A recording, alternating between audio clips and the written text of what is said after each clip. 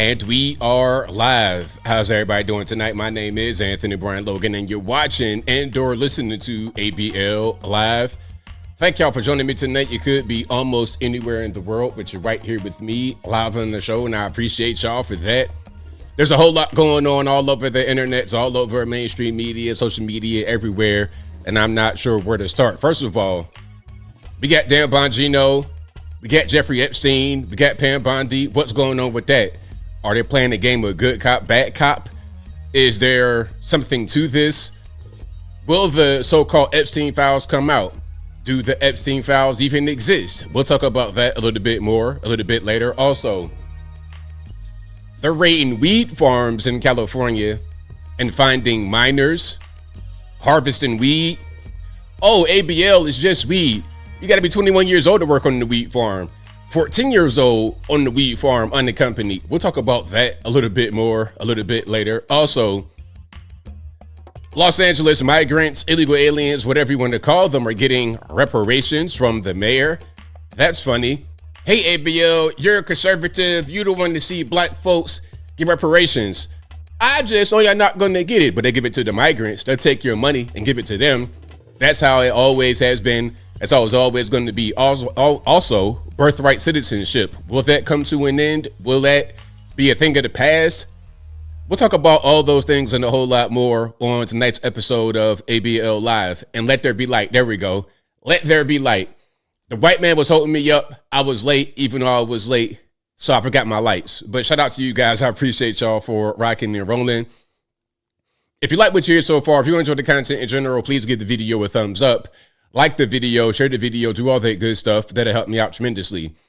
So yeah, we got Dan Bongino to talk about. We got a few things going on. The ICE raids. I love the ICE raids. What I wanted from the beginning was for the ICE raids to commence. All the other stuff is cool. Like, okay, if they somehow deliver the Epstein files, okay, great, fantastic. But at the end of the day, what I really want is the ICE raids, the deportations, the alligator Alcatraz. That's what I voted for. That was my chief thing from the very beginning, and I'm going to stand by that. Now, with the Epstein files, here's what I think about the Epstein files, just to kind of elaborate. I don't think I really care that much about the files, but what I think happened is this.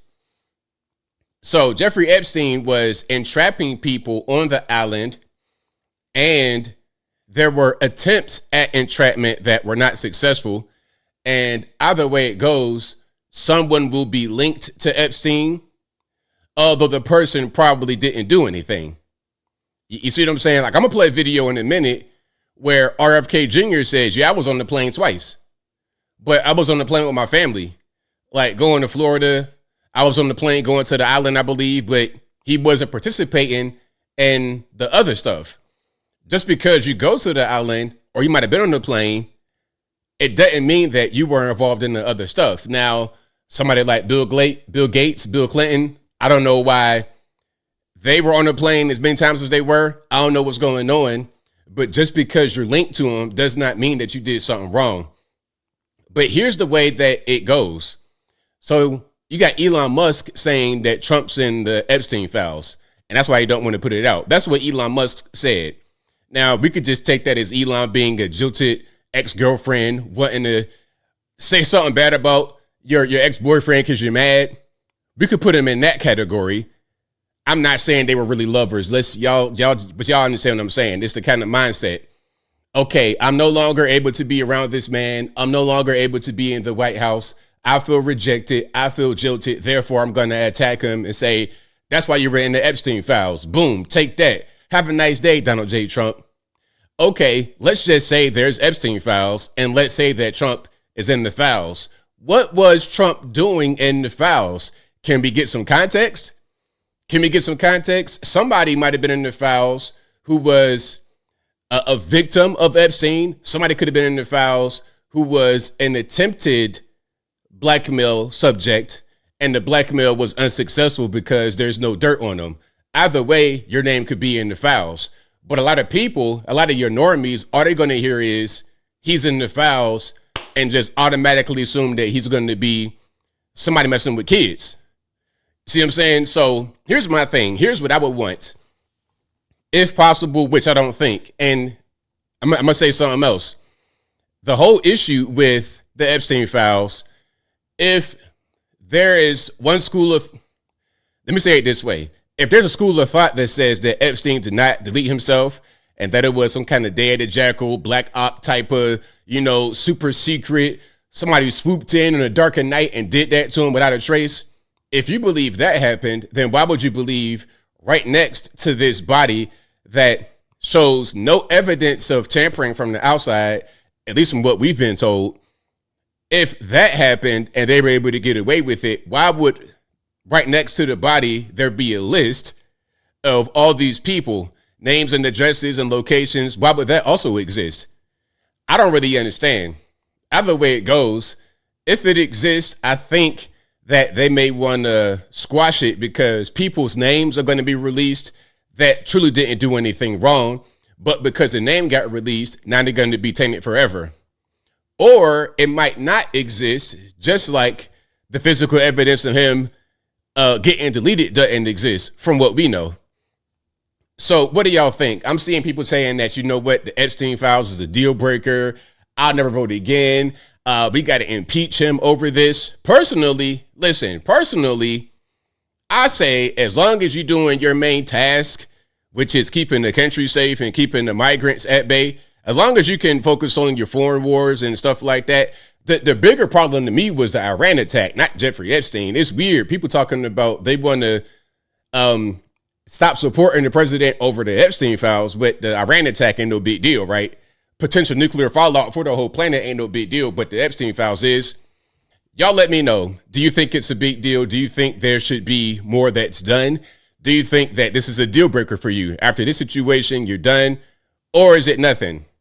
Y'all let me know. And like I said before, some of y'all will be on your phone. It goes off. You know how it is. It's like the loudest noise in the world. The Amber Alert. Oh, your heart is beating through your chest as you're doom scrolling.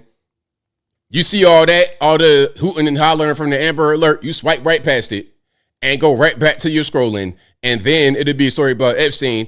Oh, outrage. But the Amber Alert was right there, bro. It said a white Honda Accord on XYZ Main Street. That's right by your house. Swipe right back to scrolling. Oh, what about the kids, ABL? What about the blue Ford Focus? They said was right by your house. The license plate 123 XYZ. You didn't even care about that. You could have saved somebody. You could have saved a whole family of kids. But swipe right back to scrolling. I'm just saying. I'm just saying. Y'all let me know. y'all let me know. Okay. So yeah, shout out to you guys. I appreciate y'all. I ain't attacking nobody. Hey, listen. I ain't attacking nobody. I don't want nobody to get offended. Please don't hurt me. Don't get offended. I'm just speaking my mind. That's all that I can do. All right. What's up with all this? Like, what am I getting in the chat? Am I being invaded? Like, what is happening here? Okay, hold on. Okay, I think I see what's going on. Okay. I see what's happening here. Man, why we got to do all this? Like, is a stream raid really in 2025? I'm too old for this, man. I remember these days way back in the day. Yeah, ain't nobody got time for the stream raids, man. All right, y'all give me a second. Because we got people spamming in the chat. People spamming in the chat. Okay, here we go. Can I fix this just right quick? Or no?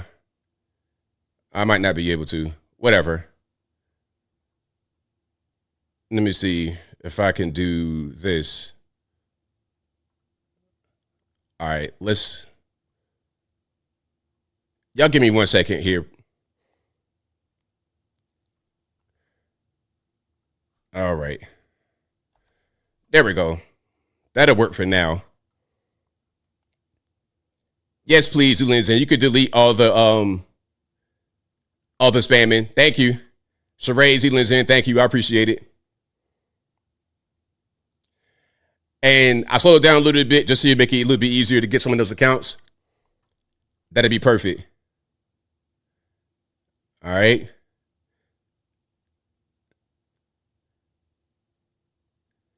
So we good. We are good. And I help y'all out in the chat as well. But thank y'all for joining. I appreciate y'all. If you like what you're hearing so far, please give the video a thumbs up. Like the video, share the video, do all that good stuff. That'll help me out tremendously. I've been stream rated before, like way back in the day, like way back when I was much younger, like in the early Trump. It's just like a lot of what's happening right now. It reminds me of the early Trump days, like 2016, 2017. It reminds me of that. Getting stream rated by like trolls and stuff like this. Yeah. Okay. Old school, super old school. All right. But, thank y'all for the help and getting the spam it down. I appreciate y'all. All right. Yeah, y'all got it. We got it. We're good to go. But anyway, yeah, it reminds me of some of the early Trump days with some of the stream, like some of the trolls, and then also like some of what was happening in the administration with Trump, because there was a bunch of upheaval. Remember, like Omarosa and all people like this. There was always people that would come into the administration and they would cause chaos. It's good that Trump was elected twice because we're able to shake things up away from the norm. But when you shake things up and you bring in these new, sometimes untested people, I think a lot of times they're not really built for the spotlight and they kind of want to go back to the sidelines. Being a politician or being in politics is not all it's cracked up to be. When people ask me, hey, do you want to be a politician? Not really, not for real, because I know what kind of nonsense you got to do with every single day. And it could be very stressful. I will only do that if enough people said, please do it. We'll support you. We got your back no matter what. If it's kind of like a toss up and that kind of thing, I'm like, nah, never mind. I'm good. Don't worry about it. I'd rather but not deal with the stress. So that's pretty much where I'm at. I'm not debating no streamers. I'm not debating nobody. I'm not even, because if you come into my stream like that, I already know what it's going to be. I'm not dating no 28-year-old perpetually online. I'm good. Don't worry about it. I'm too old for that. I'm not even going to really engage. If I was that age again, then it'd make sense, but I'm too old. It's like trying to challenge your dad to a fight. I'll throw you through this brick wall right here. Don't even worry about it. Okay, thank you, Tina. I appreciate it. Tina says, we viewers appreciate you, ABL. Thanks for your updates. Thank goodness Trump is elected. My vote counted. Yay. Right on. Right on. Absolutely. Okay. Let me see here. All right. Let me just continue with the show here. And shout out to y'all for rocking and rolling. We got quite a few clips to get to today. We got quite a few things to talk about. Of course, the weed farm, Epstein, all that good stuff. But first and foremost, shout out to you guys for watching. You guys are the best audience anywhere on these interwebs. If you like what you're hearing so far, please give the video a thumbs up. Like the video, share the video, do all that good stuff. That'll help me out tremendously. Also, shout out to the sponsors, you guys being the first one, but also patriotpost.us. Your best source of news and information anywhere on these interwebs. Link for that will be in the description. Or just go to patriotpost.us. Tell them that ABL sent you. Also, please go to the merch website, ablmerch.com. That is ablmerch.com. We got the hats, t-shirts, stickers, hoodies, mugs, and more right there on the website, ablmerch.com. Also, please go to the regular website, anthonyblogan.com. That is ANTHONY, the letter B, LOGAN.com. Go to the front page of the website, and there's articles for each video that I produce. And in each article, we got sources from the left, from the right, from the center, from the Democratic, Republican, political agnostic, local, national, international, whatever you want. I got it right there on the front page of the website, anthonyblogan.com. Also, please go to the contact page of the website, anthonyblogan.com/contact-us. There you'll be able to find my email address, my email address, my UPS box, of course, my social media accounts, my Facebook, Instagram, Twitter, never going to call it X, TikTok. All my links are right there on the contact page of the website, anthonyblogan.com/contact us. And all my links, as always, will be in the description box, or just go to the website. It's really easy, anthonyblogan.com. Also, If you're ever wondering if you're conversing with me on the interwebs or not, you're probably not, unless it comes straight from my email, contact@anthonyblogan.com. The email is always on the website. And as I always say, I'm not going to reach out to you talking about Bitcoin, Forex, nothing like that. So please don't get scammed. 2025. Some of y'all might still ask me about X, Y, and Z. Did I email you? No, I didn't. Please don't do it to yourself. But we got quite a few things to get through today. To all the new viewers who are not trolls, if you want to enjoy the stream, just sit back, relax, and shout out to you guys. If anybody wants to call me, if anybody wants to talk, I will take calls after 10 p.m., probably about 10:30. So you might as well just sit for a couple hours and enjoy the show, because I ain't taking no phone calls or talking to nobody until then. It don't matter how many times you're going to post the same thing over and over. I'm not going to do nothing other than what I've been doing. So it is what it is. I don't know what attracted the weirdos. I don't know what happened. I think maybe I was talking about Epstein. So anybody talking about that, see, that's what I'm talking about. See, that right there is a kind of element who cares about Epstein. That's not regular people. These are like your average people that are out there in the street don't even know who Epstein is. When you asking regular people, just like do a street interview. Like I'm outside every day and I'm talking to people. People don't talk about Epstein. They're talking about the cost of living. They're talking about gas. They're talking about food. They're talking about the migrants.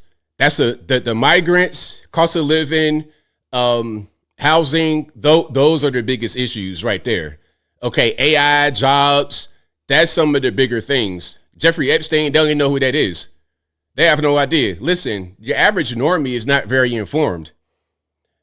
When Kamala Harris ran for president this past time, 2024, the videos I was making about Kamala were all doing really big numbers. And it was the same thing on everybody's channel all across the internet because people did not know who that was. Meanwhile, she had been the vice president of the USA for 4 years and people had no idea who it was. If people didn't know who the vice president was at all, why would you think they're going to know who Jeffrey Epstein is? It doesn't make any sense. It's just really, really, really weird. So now Alex Jones, people on the internet, people here that watch streams a lot, people that watch social media a lot, and they're keyed into conservative content, they know about Jeffrey Epstein, but that kind of person does not represent the average person in the country who actually voted for the president, people that actually matter.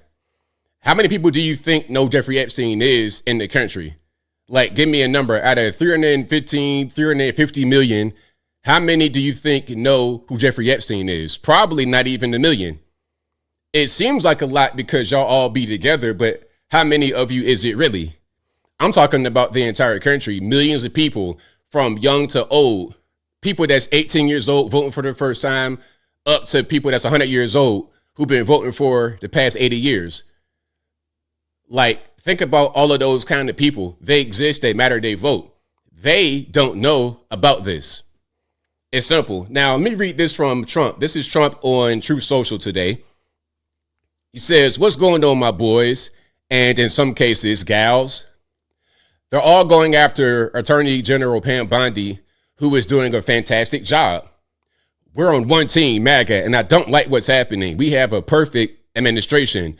The talk of the world and quote unquote selfish people are trying to hurt it all over a guy who never dies, Jeffrey Epstein. Again, this is Donald Trump on Truth Social. Go to his page, check it out, verify it for yourself. Don't believe me. He continues, for years, it's Epstein over and over again. Why are we giving publicity to files written by Obama, Crooked Hillary, James Comey, John Brennan, and the losers and criminals of the Biden administration who conned the world with the Russia hoax, 51 intelligence agents, the laptop from hell, and more? They created the Epstein files just like they created the fake Hillary Clinton, Christopher Steele dossier. I suppose he was saying at the end of that. So what do y'all think about that? What do y'all think? Are you pleased with what he said? Are you displeased? Y'all let me know what you think. Personally, I was saying the same thing before you said it. I was saying the same thing because that's the sentiment of the people. What we may think on the internet who really consume this content is not as important as what the entire nation thinks. There's some things that I would not allow if I was the president, but it's not about me, just me. It's about the entire country.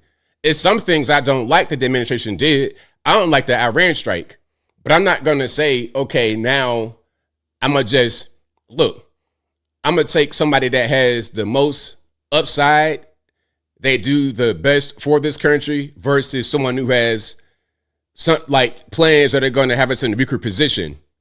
If it's between Trump and Kamala, Trump has flaws, but Kamala has many more flaws. I'm going to vote for the person who has the fewer amount of flaws, who will do what I need. And the main thing right now is the migrant crisis, because that solves a lot of problems. You're talking problems with housing, crime, jobs, wages. Everything just kind of fixes itself when you do with the migrant crisis. That's my biggest issue. But what do y'all think about Trump's post on Truth Social? Is he on point, off point? Y'all let me know. And here's my thing. If there's never any kind of Epstein files that materialize, what are you going to do? What's your next course of action? What are you going to do? And if the files are released, then what happens? What's the next step? People just think like a dog chasing his tail or a dog chasing the car. Once you catch the car, Fido, what you going to do? What are we doing? I don't understand. Now, here's RFK Jr. I'm not quite sure when this was. I'm not quite sure when this video was recorded, but here he is talking about his experience on the Epstein plane, on the Epstein jet. You weren't ever on Jeffrey Epstein's jet, were you? I was on Jeffrey Epstein's jet 2 times. I was on it in 1993, and I was on it and I went to Florida with my wife and 2 children to visit my mom over Easter.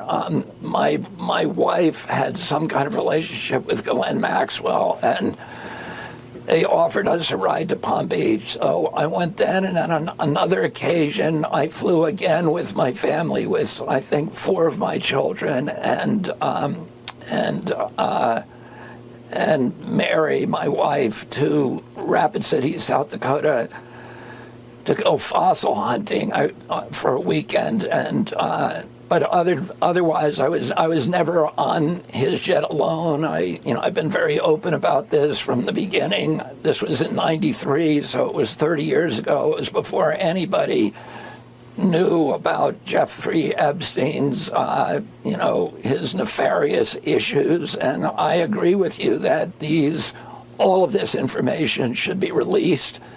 And we should get real answers on what happened to Jeffrey Epstein and any of the high-level political people that he was involved with. All of that should be open to the public. It should be absolutely transparent. And, I don't see why any of those records would have any redactions in them. Why would we be hiding that from the American public? Well, you might not. All right, there we go. So again, that was RFK Jr. talking about his time on the Epstein jet. I was reading some of the comments, so I kind of had a little smile on my face. Somebody said, RFK and the headphones. Yeah, I can imagine how that voice is kind of jarbling in your earbuds. So yeah, RIP to the headphone users on that one. I know it wasn't loud, but that voice, man, the engine is not cranking all the way. But I mean, about what he said, what do y'all think? Y'all kind of on the same page? Not really. Do you think that he did more than what he's saying with Epstein, or is it not really that serious? Again, his name probably in the files, but it might just be that he was on the plane with his wife and his kids, or just with his kids, just with his wife. He was not going for a nefarious purpose, but because Epstein's name is linked to nefarious purposes, when you say somebody's in the files, automatically the normie mind says you were doing the nefarious things right alongside him. You see? Okay, now here's Bongino. This is not him responding to what's been happening. I've not seen him respond at all, like on video. So again, I'm not really sure when this video was recorded, but here he is talking about the job being stressful. And you know what? Here's something else I want to say. I think that guys like Bongino, Bondi, and a few more are experiencing just how stressful these jobs are. You see, it's one thing to be on the sideline. It's one thing to be on a podcast like Bongino was talking about what's happening. But once you're in there and you're truly in a leadership role, you're the head of the FBI or deputy director or something like this, it gets a little bit different. When the lights are really on you, it gets a little bit different. When you're right there on that stage and you get stage fright, what are you going to do? I mean, I'm not saying he has stage fright, but I think some of these people, like a Bongino, might be feeling the pressure a little bit and they might not really like it. Check it out. Again, this is not a response to what's happening right now. This was an earlier video talking about his time right now in the federal government. I gave up everything for this. I mean, you know, my wife is struggling. I'm not a victim. I'm not Jim Comey. It's fine. I did this and I'm proud I did it. But if you think we're there for tea and crumpets, well, I mean, Cash is there all day. We share it. Our offices are linked. He turns on the faucet. I hear it. He's there he gets in at like 6 o'clock in the morning. He doesn't leave till 7 at night. You know, I'm in there at 7:30 in the morning. He uses the gym. I work out in my apartment. But I stare at these four walls all day in D.C., you know, by myself, divorced from my wife. Not divorced, but I mean separated, divorced. And it's hard. I mean, you know, we love each other, and it's hard to be apart. But you're doing some great work. You're straightening out the FBI. You're moving buildings. There's a lot of change. I got one more thing. I mean, I gave up. So what do y'all think? Is he kind of feeling some stress from the role? He's not next to his wife. You know, when you just got a podcast or something like that, you could just do speaking engagement. You could be right with your wife every night, and it's minimal stress. But now you're thrust into this role of leadership.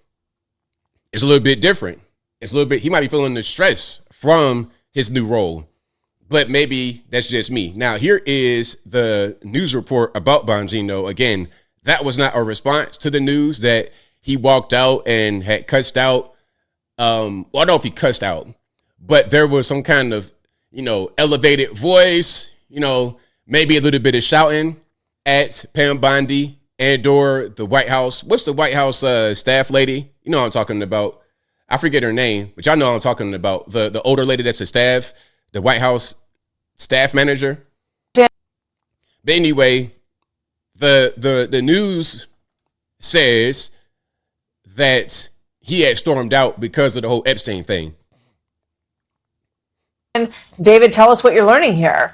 Well, Martha, this clearly has been bubbling up over the past few days, but now spilling out into the public between Attorney General Pam Bondi and the Deputy FBI Director Dan Bongino. He took the day off today from work, we're told, because he's so upset about the rollout of the Epstein memo that DOJ released earlier this week. Two sources familiar with the meeting say both were at the White House on Wednesday to discuss a unity path forward with the Trump administration following criticism from the Trump base about a DOJ memo out earlier this week that insisted Jeffrey Epstein's client list never existed and he committed suicide. Now, this after Bondi, FBI Director Kash Patel and Bongino for months said Epstein information would indeed be released in some form. Bongino apparently was so upset, again, he did not come to work. One source says they haven't seen him since Wednesday at work, and he may end up resigning. He was critical of the Bureau as a podcast host before being named Deputy FBI Director. As for Bondi, she's close with President Trump, has been for years. I asked the White House if the president is happy with the Attorney General. I'm told yes, he is. Caroline Leavitt, the White House press secretary, says the president is proud of the Attorney General's efforts to execute his Make America Safe Again agenda, restore the integrity of the DOJ, and bring justice to the victims of crime. The continued fixation on sowing division in President Trump's cabinet is baseless and unfounded in reality. That's from Caroline Leavitt. Her deputy, Harrison Fields, says of Bongino and Mr. Patel, the FBI director, the president has assembled a highly qualified and experienced law and order team. All right, so there we go. How you feel about the rumors, the news of Bongino just walking out on the job? Say they ain't seen him since Wednesday. He just kind of left. How you feel about that? I don't know if I like that because, okay, you got a problem at your job. What are you going to do to solve it? Okay, if you want to quit, just go ahead. If you want to resign, go ahead. But just not showing up, but you still kind of working. Listen, if you want to resign, do it. If you got a problem, you need to address it with the correct people and try to figure out a way to go forward. But just leaving, abandoning your post, and you don't tell nobody nothing and you don't communicate, if the news is true. Because again, I've not heard from Bongino. What I want to hear is from Bongino. I understand that he might be upset about the Epstein files, but you, at a certain point, still got to be a professional. Okay, your job did something you don't like. What are you going to do about it? If you're going to walk off, then go ahead and quit.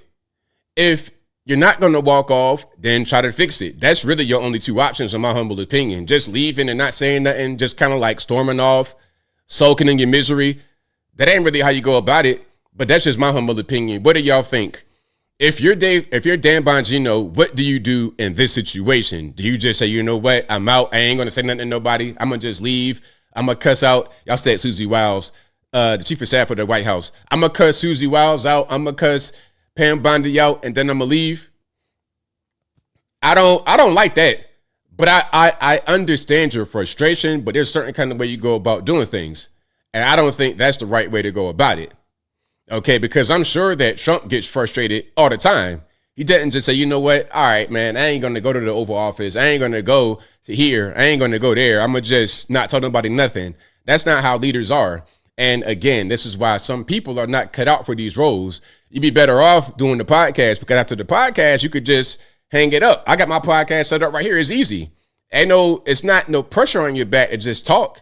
But once you got to be a leader, it's something different. All right.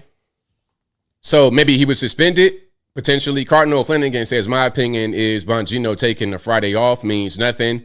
How many people do that in the summer? Well, he hadn't been seen since Wednesday, so let's not downplay it now.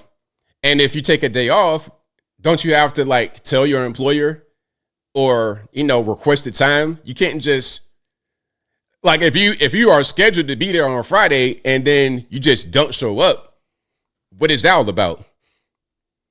Yeah. Miss UCG said, I think it's perfectly acceptable for him to take a day or two off. Am I tripping? Like, okay, you could take days off, but can you just leave your employer like that? I've never done nothing like that. Back in my days working, Old Country Buffet, even making $6.25 an hour, I never just didn't show up for work. And really, I almost never took days off. Whenever I was scheduled, I came in. From 16, 17 years old doing this. Dan Bongino, way older than me, married with kids. Where's the responsibility yet? And if you say that he's right to do that, where's your responsibility yet? Do you do that at your job? Just don't show up and don't tell nobody nothing? That's crazy. How can you do that and not get fired? I would never. Kate says the heat got to him. Not cool. Hey, that's what I'm saying.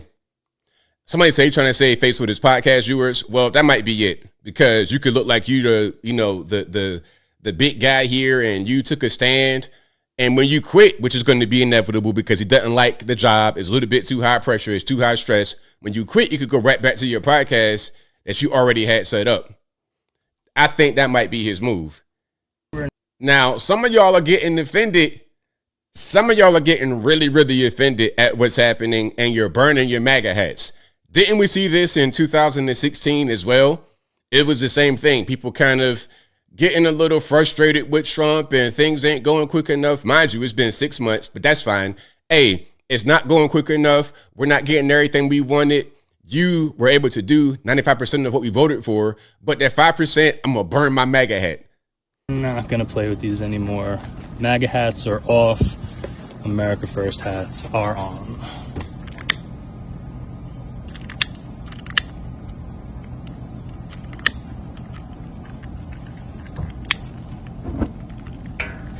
Burn, baby, burn.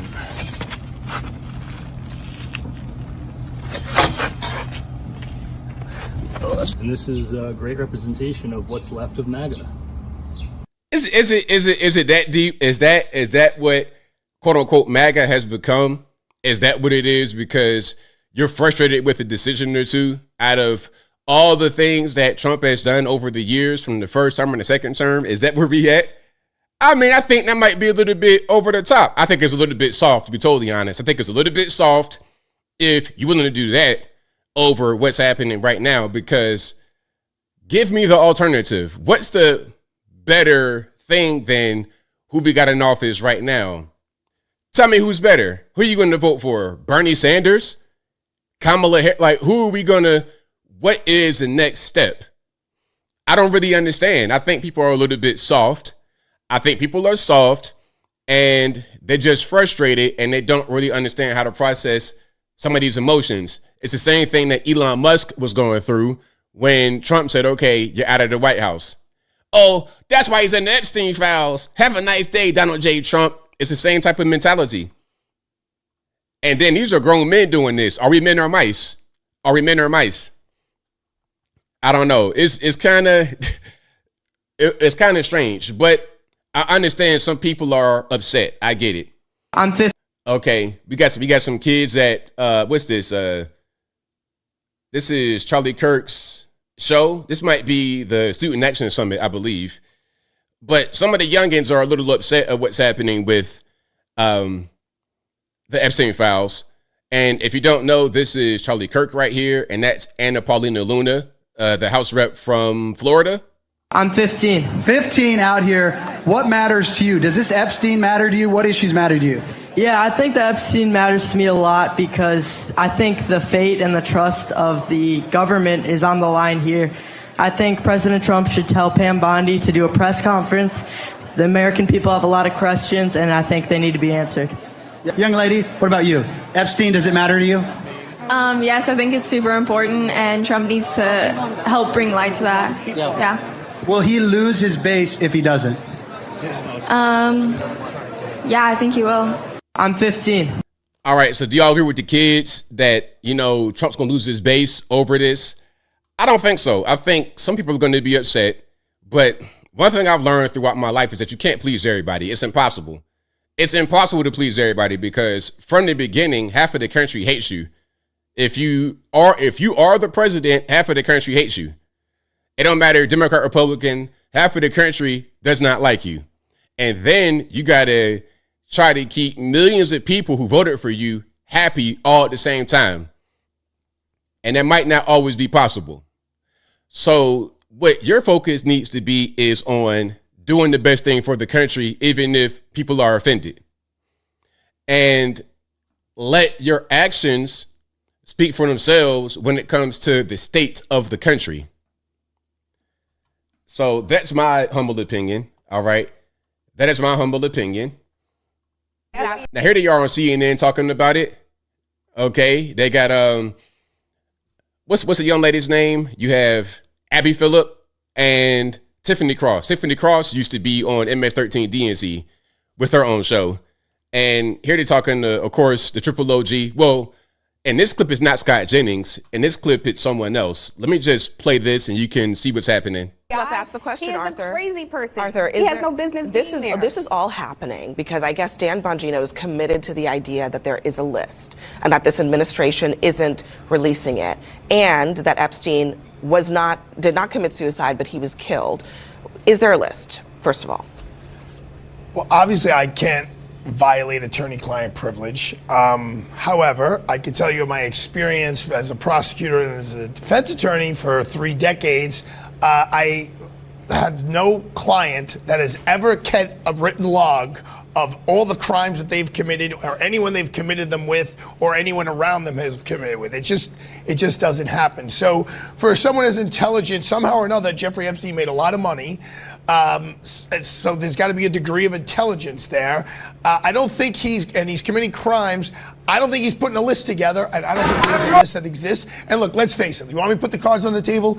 Ghislaine Maxwell's 20 years in prison. She's the only person who was even charged. She was never even mentioned when they first charged Jeffrey Epstein. But once he's dead, well, now what are they going to do? They spent millions of dollars on this whole investigation. All of a sudden, for the first time after he's dead, her name comes up. They charge her. They throw everything they have on her. If she had something, look, Sammy the Bull Gravano testified against John Gotti and put the biggest mobster in jail ever. If there was something that was there that could save someone's life, I think that person would take it into consideration. But maybe there's nothing there. And a podcaster at the time made a big deal and made a huge name for himself by making assumptions that just weren't accurate. All right. So what do y'all think? And this is author Adalia. He was their attorney for Ghislaine Maxwell. That's what I'm reading right here in the lower third. Author Adalia, attorney for Ghislaine Maxwell. So what do y'all think about that? Do you think that that makes sense? Do you think it doesn't make sense? I think it makes sense as far as, okay, again, like I said from the beginning, if they were able to dare to jackal this dude in the cell and delete him with nobody knowing nothing, the police, whatever, don't nobody know nothing. All the cameras is off, all this kind of stuff, right? If they were able to do that, then why would it be some 8.5 by 11 with everybody's name and address written on it who was linked to Epstein, like a physical list? Why would that exist? If they were able to wipe the evidence of the deletion, why would they not also wipe everything? And I'm not even saying that he had to have been deleted, but if he was, then why wouldn't they take everything? Why just take his life? They're going to take the evidence right along with him. That's, I mean, to me, that would make sense as a theory. But hey, maybe I'm not on the same page with everybody. Now, here is Tucker Carlson. If you at Turning Point's event, I think this is also Student Action Summit. Here he is talking about, well, look, you're taking victory laps over being able to deny boys and girls bathrooms, all this, that, and the third. But what about this, and this? Okay. Again, here, Tucker Carlson at Student Action Summit put on by Turning Point USA. You deny people what they actually want long enough and instead substitute things that you claim they should want, like bombing Iran. You know, I mean, I'm not for Iran, where you spend all day telling me that it's so important that, you know, boys not playing girls' soccer teams, whatever. I agree. I hate the tranny stuff passionately. I think you should keep the boys off girls' soccer teams. But I don't know. It kind of feels like you're feeding me appetizers. At some point, I want to look around and see a better country. I want to see a country I recognize. I don't want to see people sleeping on the sidewalk. I don't want to see people ODing on drugs. I want to know where those drugs coming from. Why can't you stop it? You've got the U.S. military. Don't you have SEAL Team 6? Like, what are they doing today? Don't you have Delta Force? You could give me another segment about how impressive the U.S. military is? I believe you. Why aren't they employed to make my country better? Why are my cities disgusting? I don't want to go there. It smells like weed and halal food. And you're lecturing me about how it's a great moral victory that I kicked the boys off the girls' soccer team? Good, I'm so glad. But let's do the real stuff, like making New York livable and create an economy where my kids can have kids. How about this? How about we just make the measure really super simple? Can my children have without the benefit of like the great luck I have had, can they have a roughly approximate life that I had? Or how about just a middle class life? Can they like get married young as I did and like have 4 kids and, you know, take a couple jobs, work hard and all that stuff? But in the end, it's like, fine. Can they do that? Or is that like so remote a possibility that you need to tell me that Iran is the real threat? Take my mind off the fact that you stole all the money and screwed up my country beyond recognition. All right, there you go. Tucker Carlson. So what do y'all think? What do y'all think? I think Tucker, I like Tucker, but I think he might be a little bit pie in the sky with his goals. You know, California kid, has some money. It's a little bit different, man. Your perspective is different. But I understand where you're coming from. I understand your passion. And I'm not trying to diminish what you're saying because you make some really good points. And I like Tucker. But I think that some of the things that he's asking of the government maybe might be a little bit above their pay grade. It's above anybody's pay grade because the opportunities exist here. But what our government needs to do, if anything, is educate them on what the opportunities are. Okay, federal government, if you're going to do anything, if you're going to have a Department of Education, let's not worry about LGBTQ, elemental P, X, Y, Z. Let's worry about training the future generation of Americans to look after America, to do things that are going to help America. Because what's happening right now is you're bringing in the migrants from all over the world to do tasks that Americans have always done and that we need to do, because at a certain point, what else are we going to do? Nothing? Leech off the government, sit on our hind parts, beg for money? Like, if we're doing that, if Americans are not being empowered to take care of America, It's going to be the outside world that does it. And before we know it, China will just be the next USA, and they're going to lord over the whole world. If we want to keep America, we got to teach Americans to be American rather than just ignoring them, putting them on drugs, trying to brainwash them, manipulate them, and bringing in the migrants to do all the things that Americans should do. I was watching the video today, and they were in Youngstown, Ohio. Now, if you know about Ohio, this is like the epicenter of the Rust Belt. A lot of poverty, a lot of poor whites. When I was showing the whole thing that happened with the Haitians out there in the Cincinnati area, we had 20,000 Haitians. Springfield, Ohio. When I was showing that, a lot of y'all were shocked. Like, what's up with these people? I was like, oh, y'all never seen poor whites before. Yeah, poor whites. Y'all knew me. West Virginia, I've seen poor whites all my whole life. So I know kind of what's going on. Like, a lot of your Irish still in some of them places are like that. And the reason why you have so much poverty is because they were trained to do one thing, which is work in the factory, and the factories are gone, and they've not been reacclimated to the new working environment. So they just don't know how to press forward. But the migrants come in and they get all the tools, they get funded, they get everything to push that state forward. So the migrants do well, but the Americans don't. That's unsustainable. But that's what the left did. They brought in the migrants because they thought, okay, that's how we're going to keep the wages down. That's how we're going to reduce inflation. But you're not fixing the problem, which is Americans don't have the jobs needed. Now, look, here's Andrew Schultz. I've shown him quite a bit. He has a podcast with Charlamagne from the Breakfast Club, The Brilliant Idiots. He's a New York guy through and through. He's my age. I'm 40. He's 41. I'll be 41 in September. So we're the same age, just for a little bit of context. Now, he's saying that he's upset with what's happening in the country and with what Trump is doing. And the only person or people who are really talking about America first are Democratic socialists. I'm not making this up. Let's watch. The only party right now that to me seems America first is the Democrat Socialist Party. Yep. Bernie is America first. Mamdani and all his ideas that he will not be able to execute, and I frankly think many of them are not good ideas, but he is no doubt New York first. The policies seem to want to help people here.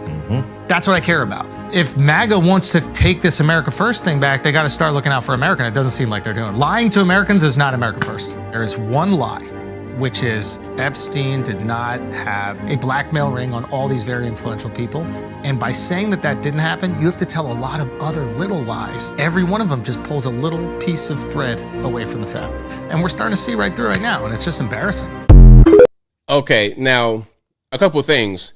I don't think that they said that there's no blackmail ring or that a blackmail ring never existed. I don't think they're saying that. What they're saying is that there's no list. I mean, there could have been a blackmail ring, but there's no way to track who was blackmailed, what the list was. That is two different things, in my humble opinion. Now, bro, Democratic Socialists, that never works. He's my age, but he's thinking like a lot of these far leftists that be talking about free Palestine in the streets.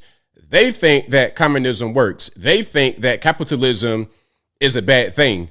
They think that if they just do it right this time, Cuba, Venezuela, USSR, it doesn't really work. China, if we just do it right, it'll work. That's the mentality, but it never works. Bernie Sanders, big capitalist. Mamdani, the things that he's talking about, minimum wage, $30. And he even acknowledged that the things that he's talking about aren't going to work. So how can somebody be America first or New York first if their policies are going to damage New York? You could say, I'm New York first. Okay, you can say whatever you want. I can say, I'm the king of England. That don't make me a 85-year-old white man, does it? All that means is that I said something, but it has no basis in reality. So you could say you're America first. You could say you're New York first, but your actions are going to speak louder than words. And if you say, okay, we're going to have high minimum wage and free this and free that, you're not going to do what's best for the city, let alone the country. But what do y'all think? Does he have a point? Did he make a point with the whole the Democratic Socialists are truly America first? They're truly their place first? Or is it just, you know, rich New York kid, wishful thinking, not really being serious? Y'all let me know. In the streets, you're hilarious. Said cross legs with the, you know, what's all squished up. Hilarious. Hilarious. Alrighty. Now, this guy, to go back to the Student Action Summit out there in Florida, this is an event. You know, you got all the Turning Point people out there. This guy tried to rush the crowd or rush somebody, and it was pretty crazy how he got stopped, but I'm not surprised. Let's watch it out. Let's check it out. Hey, show me your shorts. Oh, hey, boy, look at this guy. Look at you, bro. Come on.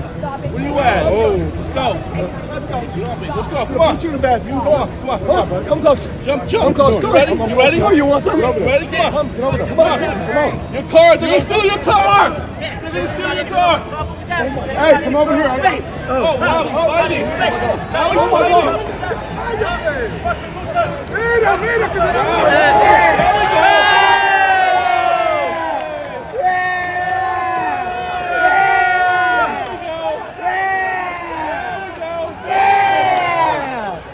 We got the arrest. We got the arrest. All right, so shout out to, hey, the cop, old cop, man. Look, he probably ain't had no action like that in a minute. So he was ready. He was like, all right, look, it's been a while. The roof is missing. It's a little bit gray up top, but check it out. I'm going to go ahead and get you now. You want to act a fool out here in this nice part of Florida, nice part of Tampa. Now, hey, I got something for you. Don't even worry about it, okay? So, yeah, shout out to my man, Fire Marshal Bill, Lieutenant Dan, whoever you want to call him, out here handling business.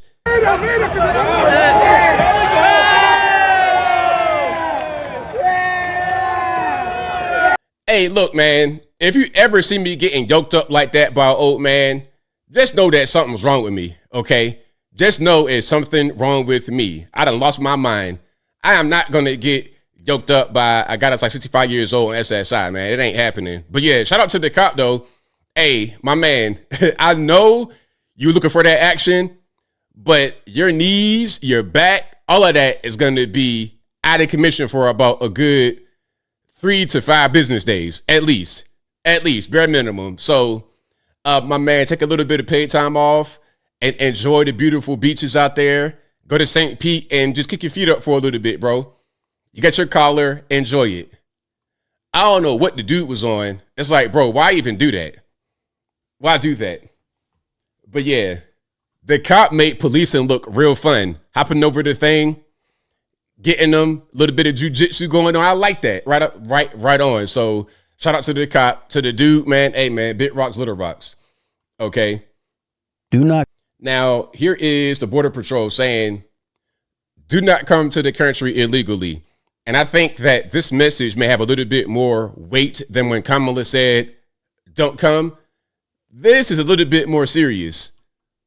Do not come into this country illegally. If you want to come here, go the proper way and go through the legal system. If you come into this country illegally, you're going to be apprehended, you will be removed, and you'll be prosecuted to the fullest extent of the law. And that message is being delivered because you're not seeing the masses come anymore with this expectation that they're just going to be caught and released.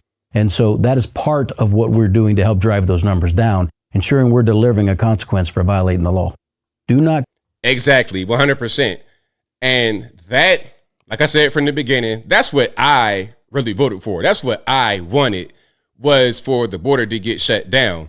When Kamala said, don't come, it didn't mean anything because the border was wide open. When she go down there, they were lifting the concertina wire up. They were just pretty much saying, come on in. And when Texas was trying to block the migrants from coming over, they were getting sued by the federal LAs left and right. It was a battle down there to defend the border. Texas and other states wanted to defend the border to keep the migrants out, but the feds wanted to flood the country with them. But now that's over with. Don't come to the country. Don't come here illegally. If you are here illegally, you're going to get caught. You're going to get sent out. And as simple as that. And if you ain't trying to get deported, you ain't trying to go through all of the rigmarole, then don't come here. Now, Alligator Alcatraz, we got Debbie Wasserman Schultz, the former head of the DNC. I'm not sure where she is now. She's just around talking about alligator Alcatraz. I put a meme up on my Facebook of alligator Alcatraz. People got offended. Oh, how could you? You have no soul. I got called all kind of racial stuff too. That's the funniest thing in the world. So I'm the bad guy because I put up a meme of alligator Alcatraz. But to those who want to say that I'm wrong, calling me the N-word is the totally acceptable way to combat what I'm saying. That makes sense. But let's watch some of this from, again, Debbie Wasserman Schultz, former DNC chair. They are using cages. These detainees are living in cages. Pause. I told y'all, it's just like 2016. Remember the whole thing? Oh, they kept the kids in cages. And Barack Obama did the exact same thing. And W did the exact same thing. And everybody did the exact same thing. These little makeshift shelters on the border, near the border, somewhere, have always been used for migrant detention. It ain't nothing new. Ain't nobody doing nothing different. But you have to sensationalize it to try and make your point be the point that matters, right? The pictures that you've seen don't do it justice. They are essentially packed into cages, wall-to-wall humans, 32 detainees per cage. That is the only thing inside those cages are their bunk beds, and there are 3 tiny toilets that are toilet units that have a sink attached to it. So they essentially drink, they get their drinking water and they brush their teeth where they poop in the same unit. Oh my God, are we still doing this? Are we still doing this? Are y'all hearing this? Again, we're back in 2016. Have we not, like, have I time traveled? I got the gray hair, so I know that we ain't go back to 2016. I know we didn't time travel.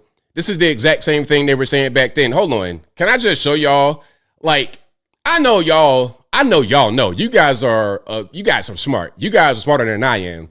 You guys are a lot smarter than me. So you understand what she's talking about is nothing. Listen, the things she's talking about are in all jail cells all over the country. Okay? Like, it's not a bad thing to have such a thing. Hold on. Let me show you what she's talking about. I know y'all know, but I got to give just a visual for those who may not know. Okay. So you can see the unit right here. All right. This is the unit she's talking about. So you have the toilet attached to this unit where at the top you have water fountain right here. It's clean water. It's not toilet water. Okay. Well, here we go with the whole toilet water thing. Toilet water from the toilet? Well, it doesn't have what plants crave. It doesn't have Brondo. Listen, there's a fresh water line going to this unit. Fresh water goes in the bowl where you use the bathroom, and it also goes in the bowl where you are, drinking it. But you're not going to urinate or defecate in the sink. You're going to go right in the toilet. These things exist all over the country in jail cells. It's not a new or novel idea. And actually, in some parts of the world, in apartments, they have this kind of unit. If you go to Japan, they got this kind of unit where it's just one thing because it saves space. Are we really talking about they're drinking from the same water as a toilet? I mean, wait a minute. See, now I got to find that scene. Now I got to find that scene from Idiocracy. Y'all know I always reference that movie because we're living it. We're living it. Hold on. This is what she just said right here. Hold on.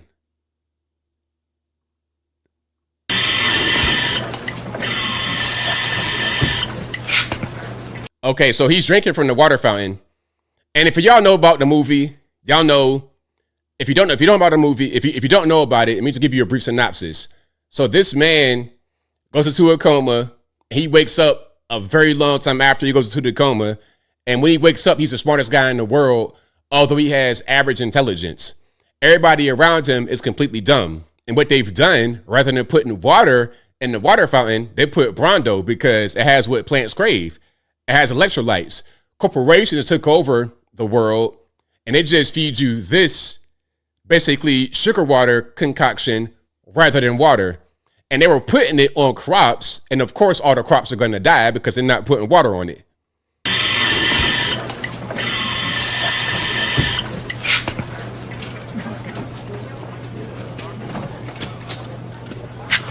Excuse me. I think this might be Gatorade or something. I was just looking for some regular water. Water? Yeah. You mean like in the toilet? What for? No, just to drink.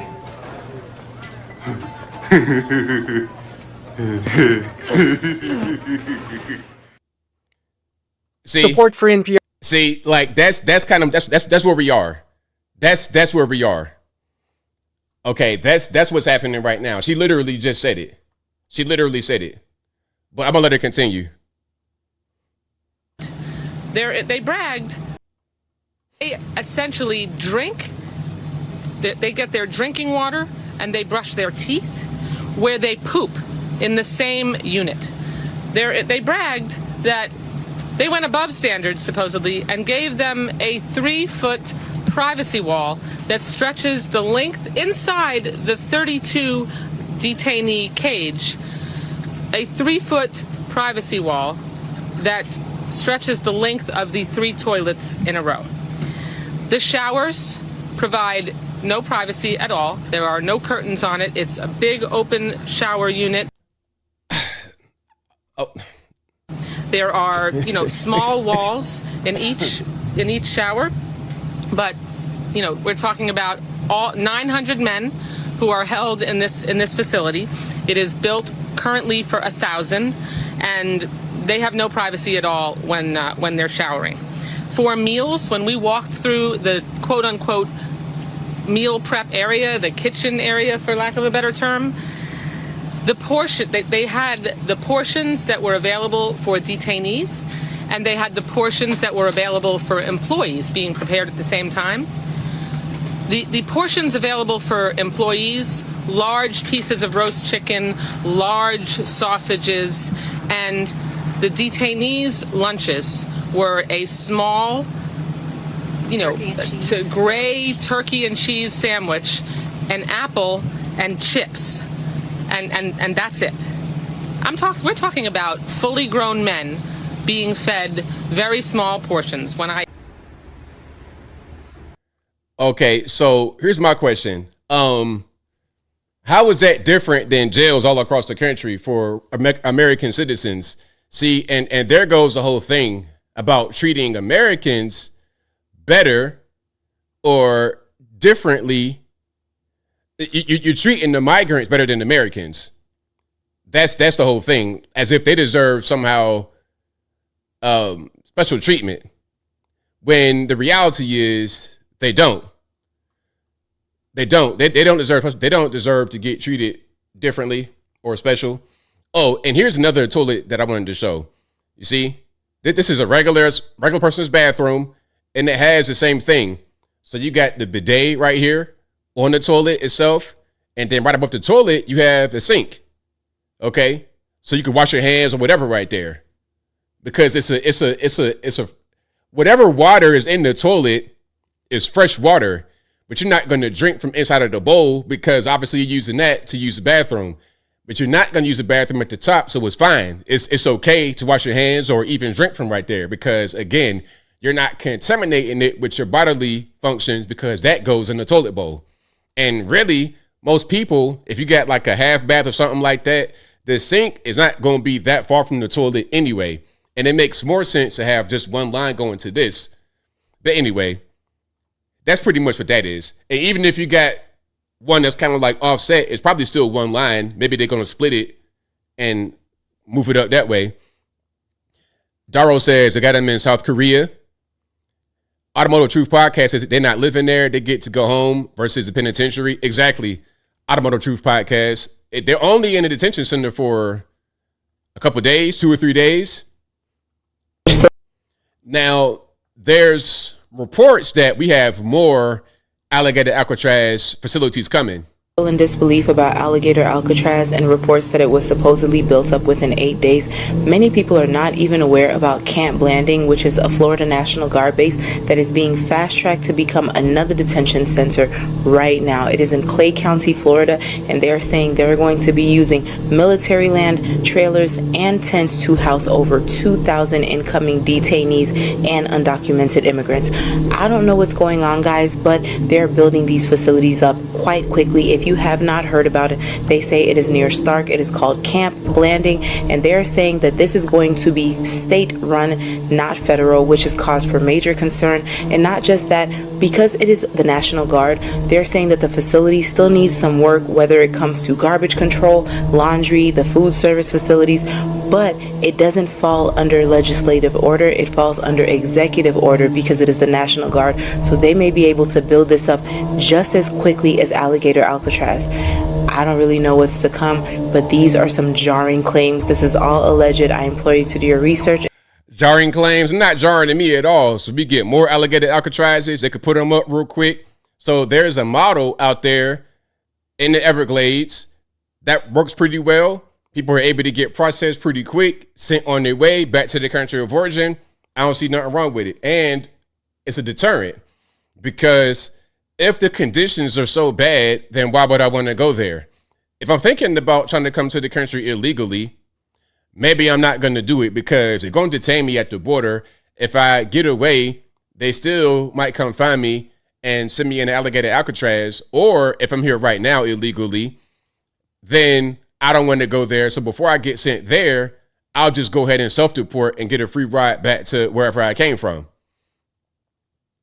Now, some people are wanting to go to alligator Alcatraz, and I don't think it's a good idea. Just let them do their business out there, and you just stay in the comfort of your own home or wherever you at. Hi, my name's Taylor, and in less than 24 hours, I'm driving to alligator Alcatraz to resist the atrocities going on there, and I have not been able to find anybody who is in support of this. I have been reaching out to resistance groups and people in Florida locally that I thought would be supportive, and I've been ghosted or told that I shouldn't go because it's uninhabitable. I am not sure what to do. I feel really called to do this. I can't continue working or living life as normal. I have to do something, and this seems like very clear to me that this needs resistance and in-person resistance and attention and eyes and somebody there. And I feel like I am not the most poised resource-wise to be the person going. I barely have enough money to make it there with gas, and I'm taking time off work who have been. Okay, let's pause. Let me just stop you right there. You don't have any money. You're just a regular normie working a job. Just stay doing that. Going down to Florida is not a good idea. You're not going to get anything accomplished. You're just not. And I don't even understand what you're trying to do, because the people who are there are here in the country illegally. So what's the problem? Are you going to go to a regular jail where Americans are in the same conditions? Because it's jails worse than that all over the country with regular Americans in it. So are you going to go there, or just to deal with the migrants? Don't let social media, don't let the politicians brainwash you and put you in a dangerous situation. So yeah, shout out to her. Don't do it. I know you on social media, it's kind of giving you feelings about, oh, I got to go out there, I got to drive and leave my job. I promise, it's not really a good thing. Okay. Now here's Kristi Noem talking about there's going to be more. So the video I played a little while ago of the girl talking about, well, these are allegations. I'm not sure. Maybe there will be more. Maybe they won't. Here's Kristi Noem talking about there will be more alligator Alcatrazes. Facility, 1,000-bed facility can continue to be expanded. We're looking at other locations as well. We've had several other states that are actually using alligator Alcatraz as a model for how they can partner with us as well. What are some of those? Are there other states? I'm having ongoing conversations with 5 other governors about facilities that they may have. You know, I haven't asked those governors if I can share their names, but announcements will be coming soon. As you all know, we need to double our capacity in detention beds because we need to facilitate getting people out of this country as fast as possible and to sustain our operations. But those governors have been fantastic. I will tell you, they are all Republicans. So I would challenge some Democrats to start taking care of your states, partner with us, facility, 1,000-bed. There we go. So, hey, I'm looking forward to it. Let's get them rocking and rolling. Let's get them rocking and rolling. Now, here's Ilhan Omar. She's not very happy about the new funding for ICE. I love the funding for ICE because, again, this is the chief issue. The migrant crisis, really, really bad. This district is home to one of the youngest constituents in the country because it includes so many higher ed institutions, including the University of Minnesota. This bill tells them you are on your own. And for what? To hand over $150 billion to immigration enforcement, $45 billion for ICE detentions, more than 13 times their current budget. We're already seeing reports of new detention centers like the alligator Alcatraz being built in Florida. This district is home to one of the... Hey, check it out. We, the people, voted for it, so what are you going to do about it? What are you going to do? You got your little enclave up there in Minnesota, and that's fine, but that ain't going to be how the whole nation goes. Now, here's Bernie Sanders talking about we need borders. We need a strong country that is not just letting everybody from all over the world inside. It might be a little bit different than what his comrade, colleague, whatever they want to call each other, Ilhan Omar just said. Check it out. That you don't have a country without borders. If you have borders, you should enforce that border. Democrats have not done as good a job as they should, period. End of discussion. That's correct.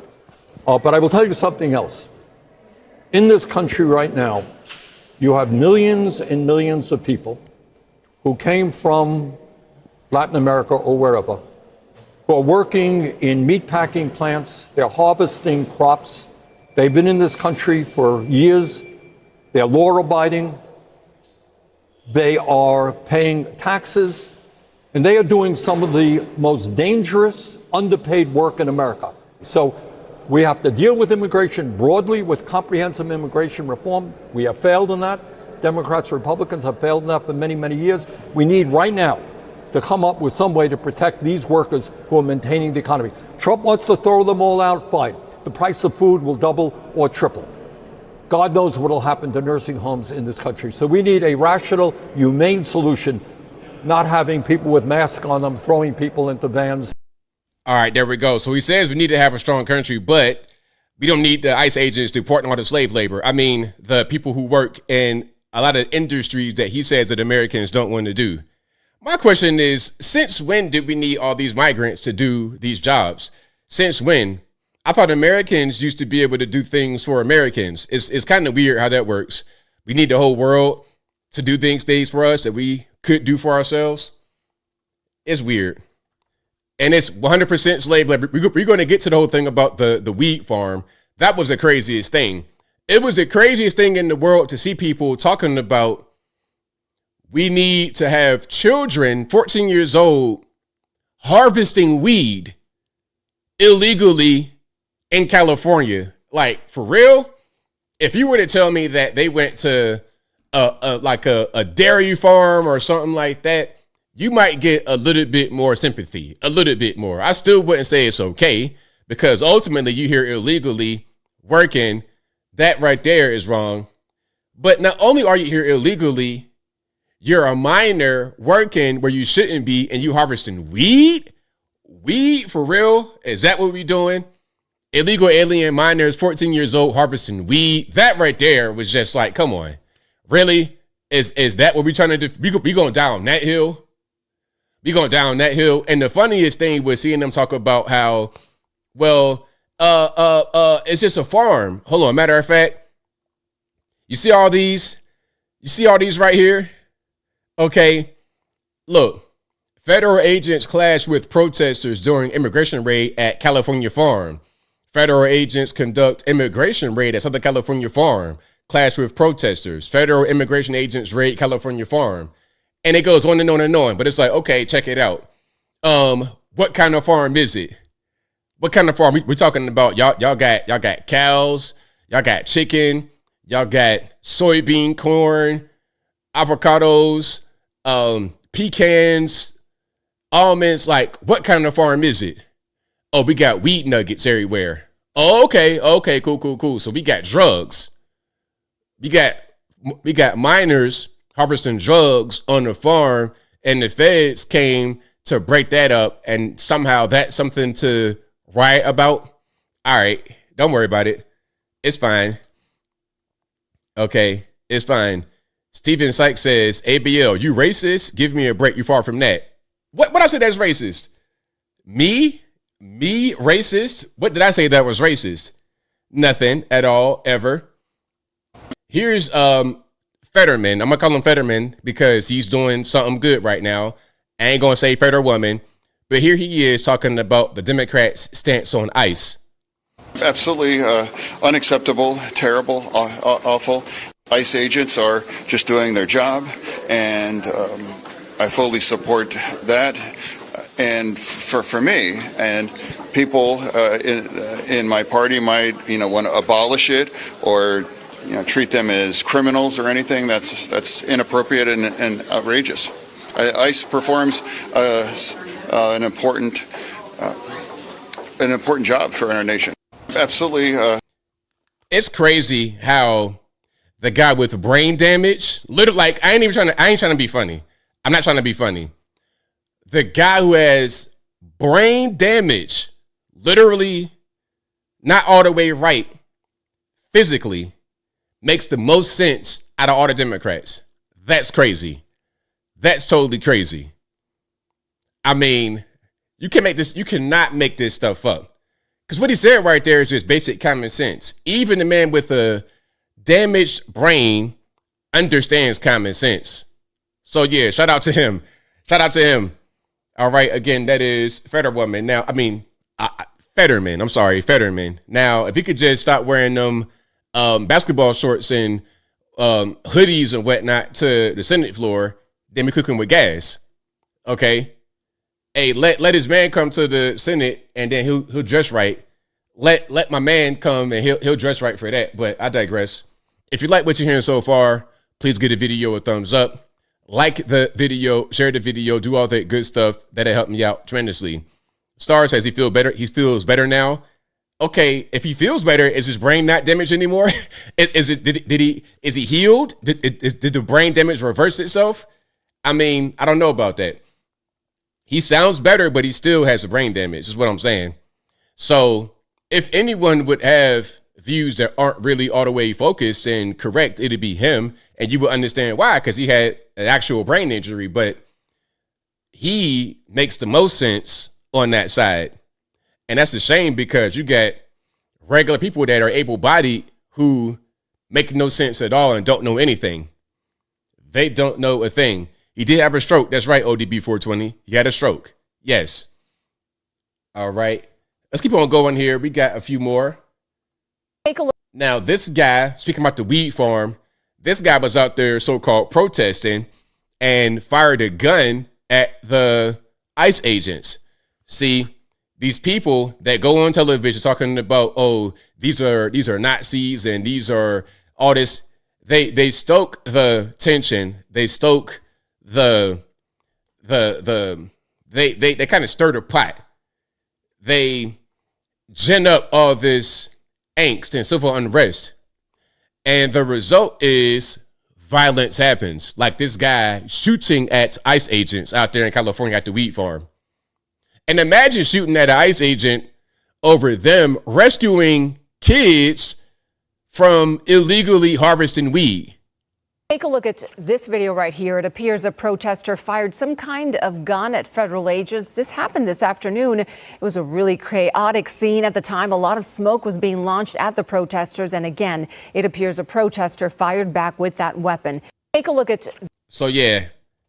Hey, big rocks, little rocks. And then here they are. I'm not going to play the music, but here they are throwing rocks at vehicles.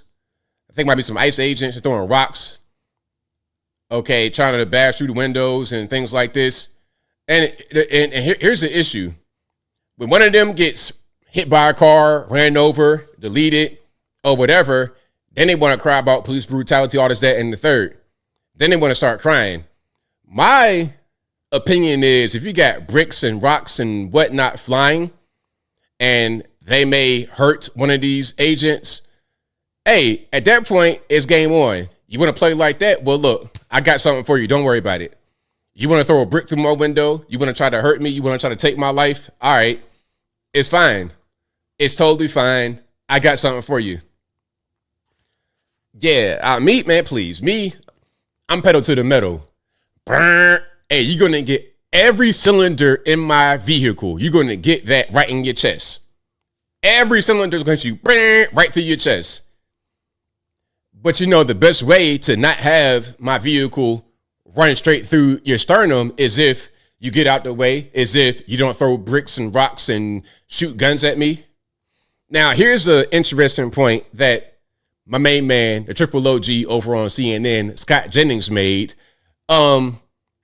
The weed grow where they rescued children. And by the way, I have a picture of the kids they rescued on the weed farm. Of course, they're going to have blurred out faces, but I just want you to see that I'm not making it up because I got challenged by some people. Oh, boy, they didn't really find that, all this, that, and the third. Yes, they did. Yes, they did. Okay. So here are the minors they found on the farm. They said they're mostly unaccompanied, which means they were there working by themselves. Now, in California, first of all, federally, weed grows are illegal federally. They're legal in California, but they have a thing called Prop 64. And under that law, you have to be 21 years old to work in the marijuana cannabis industry at all. It doesn't matter if you're at the front desk ringing up orders or if you're out there picking the actual buds yourself. 21 years old. They found at least 9 people under 18, with the youngest being 14. And the majority of them were unaccompanied, which means they were there just working, just, you know, slave labor, basically slave labor. Okay. Just to be on the same page. And, you know, I didn't make anything up. Now, let's go to CNN and Scott Jennings. Let me throw it on the screen and get you some sound. It's the type of thing that the judge is saying cannot happen anymore. Yeah, it sounds like, you know, they're going to continue to fight this. Hold on. Before I begin, Vampire says you make it sound like they're 5 years old. No. You got to be 21. That's the law. See what I'm saying? Like, people act like you could just do whatever you want. Like, the grows are illegal federally. That's the first thing. But the Fed said, okay, we're not really going to come after you for this weed grow in California because y'all say it's all right. Okay? But you got to be 21 years old. And you got to be here legally. Illegal aliens, not just under 21, under 18, with the youngest being 14, unaccompanied. What are we talking about here? What is it to really say? It's the type of thing that the judge is saying cannot happen anymore. Yeah, it sounds like, you know, they're going to continue to fight this out in court. Obviously, the administration has a point of view here that's different than what the court said. I just want to go back to the thing I was most concerned about in reading all of this today, and that's that these little children are found on these farms. I mean, are we really saying here in the year 2025, well, we have to maintain the status quo of illegal immigration in the United States because we need little children to pick marijuana in California? It's like blowing my mind. No, you know, Scott, I think you're making a really, frankly, it's a very important point. I mean, the fact that young children, immigrants or not, are working on these farms, whether they're forced to because they have to make money for their families, or maybe they, you know, for whatever. Here to do that? Or what? So are we justifying forced labor of children on weed farms? Is that what we're doing, Abby Phillip? She said it. She said whether they forced to because they got to help pay for their family. That's called slavery. That's what I've been saying from the beginning. oh, ABL is not slavery. Nah, she just said they're forced to. Let's rewind that. Then we're going to keep on going. Are working on these farms, whether they're forced to because they have to make money for their families, or maybe they, for whatever to do that, or for whatever reason. I totally agree that is something that we as a country need to address. But I think you have to acknowledge that there has been no effort made by policymakers, Republican or Democrat, to address the driving causes of that, which are the employers willing to employ these children. Let's pause. I understand that point, but they always deflect away from the issue. They always say, what about the employers? That's a good point. But here's the reality. When you have a group of illegal aliens in the country, there will always be those who take advantage of them. Our goal is to stop them from being here so that whole process can't happen. That's the reality. And then here's something else. If one company uses the illegal aliens, pays them below what they should get paid, and others don't, then they lose that competitive edge. So it kind of forces the others to do the same thing that they're doing, or else they're going to go under. Who is employing a 16-year-old undocumented immigrant? Yeah, and I agree. I mean, one of the farms that was raided, I read, is even a Gavin Newsom donor. I think the governor of California should ask why you're doing these things. And I don't have a problem going after employers. By the way, I really don't. I know you want to make it about California, but it's not about California. Well, in this case, there are more than a dozen states in this country allow children to work on farms. Who do you think those children are?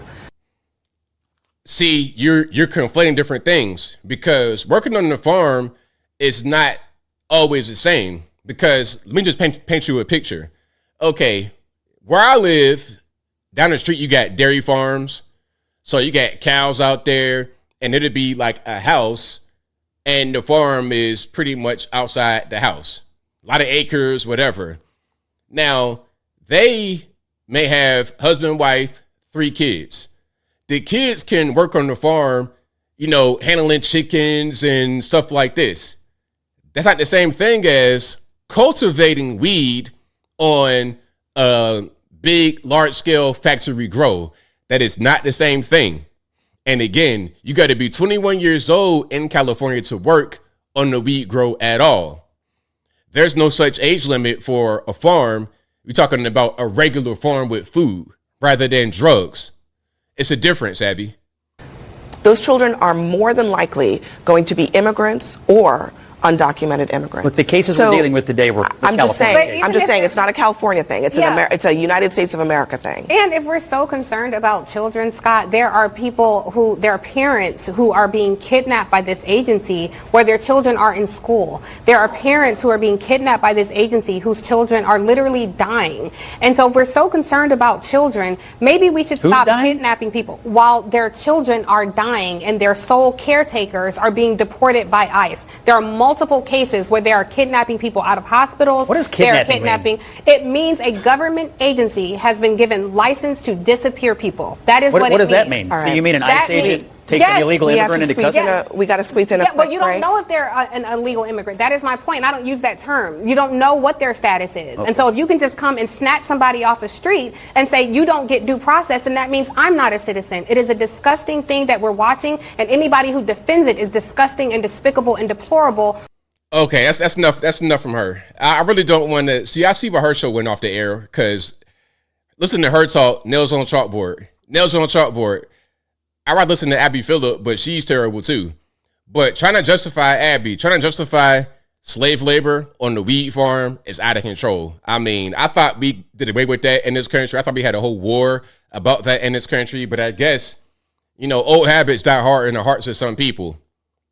Now, speaking about California, because let's not forget that Scott Jennings brought up that the owner of the weed farm, which got raided because they had minors on there harvesting weed, the owner of that farm is a big Gavin Newsom donor. Okay, let's not forget about that. Now, here is Gavin. Do you think this guy could be the president one day of the United States of America? Sensitive as a former mayor, as an executive, this notion of safety. I'm sensitive as a former mayor, as an executive, this notion of safety. Look at the way he's sitting. Look at all this movement. Is that the guy? And really, I think he's probably their best pick. He's probably their best pick. But they're slim pickings. The pickings are slim. All right. It's like if you got a real farm and you got tomatoes and it's a whole bunch of rows of just rotten tomatoes and you got one, it's kind of okay. It's still not necessarily the best, but it's better than all the other ones that's completely rotten to the ground. All right. So what do y'all think about Gavin? You like him? You don't like him? Now, here is another little piece from Gavin. Short video. And you can kind of see his behavior. What's this podcast? Sean Ryan? Yeah, Sean Ryan's podcast. Having a little conversation. And then at one point, they're talking about, I believe, men and women's sports, boys and girls sports, something like that. Let's check it out. You know, the state can come in and basically take your kid if you're against gender affirming care. Yeah, there's some nuanced language and around that. You know, the state can come in and basically take your kid if you're against gender affirming care. Yeah, there's some nuanced language. Okay, so this right here, the Andre 3000 and Hey Ya, that's not really convincing me of your argument. That's not really. At the end of the day, we're talking about boys and girls sports. We're talking about you as a parent not wanting to allow your kid to be transgender. That shouldn't really be an argument about that. It shouldn't really be an argument. It's pretty simple. Hey, you know what? My boy is a boy and that's it. My girl is a girl and that's it. The state should have no right to try and tell me that I'm wrong for saying that about my child. All right. So hold on. Tammy K says, ABL, have you seen Vinny of Patrick Bet David comedy imitating Gavin? I have not, but I'm gonna check it out. Yeah, I love me a good comedy. Love me a good comedy routine, jokes. I love it. All right. So speaking about LA, California, Karen Bass, the mayor of Los Angeles, wants to hand out reparations, cash money to the migrants because they might be affected by the ICE raids, and they don't have rent they don't have money for rent. You're a regular citizen. Oh, well, whatever. But if you're a migrant, we're going to help you. That's the idea. And they say it's going to be from philanthropic funds, which means it'll be private donors. But a lot of these private donors are going to be funded by the taxpayer. And of course, at a certain point, they're going to just straight up put taxpayer money into it. But let's watch some of this right here. This is going to be Kevin Cali, who is a Democratic House rep in California. Okay, so our state rep, I believe. Or is he state rep or the feds? I'm not sure. He might be a federal. But anyway, he's in the California government. Check it out. When I heard this news about the cash payments, I thought this cannot possibly be true. But then on reflection, I thought, of course it's true, because California already provides the most generous benefits for illegal immigrants of any state by far. Newsom has driven Medicaid insolvent by giving out free comprehensive benefits for everyone. And now Bass is giving out these free cash cards. And apparently one of the ways you can get one is if you're too afraid to go into work. Well, number one, this fear, to the extent that it exists, is largely driven by Karen Bass and Gavin Newsom, who have purposely incited fear and driven these rioters into a state of frenzy. But number two, if we say that if you're too afraid to go to work, you get free cash payments, I think that all of a sudden we're going to find there are a lot more people who are suddenly too afraid to go into work. But the real kicker in all this is that Karen Bass has chosen, of all groups, Churla to distribute the cards. Now remember, this is the group that got $34 million in funding and then played a central role in organizing the riots. When I heard this news... There you go. So Kevin Cali, somebody said it in the comments, he is a U.S. House rep, so he is a federal rep from California.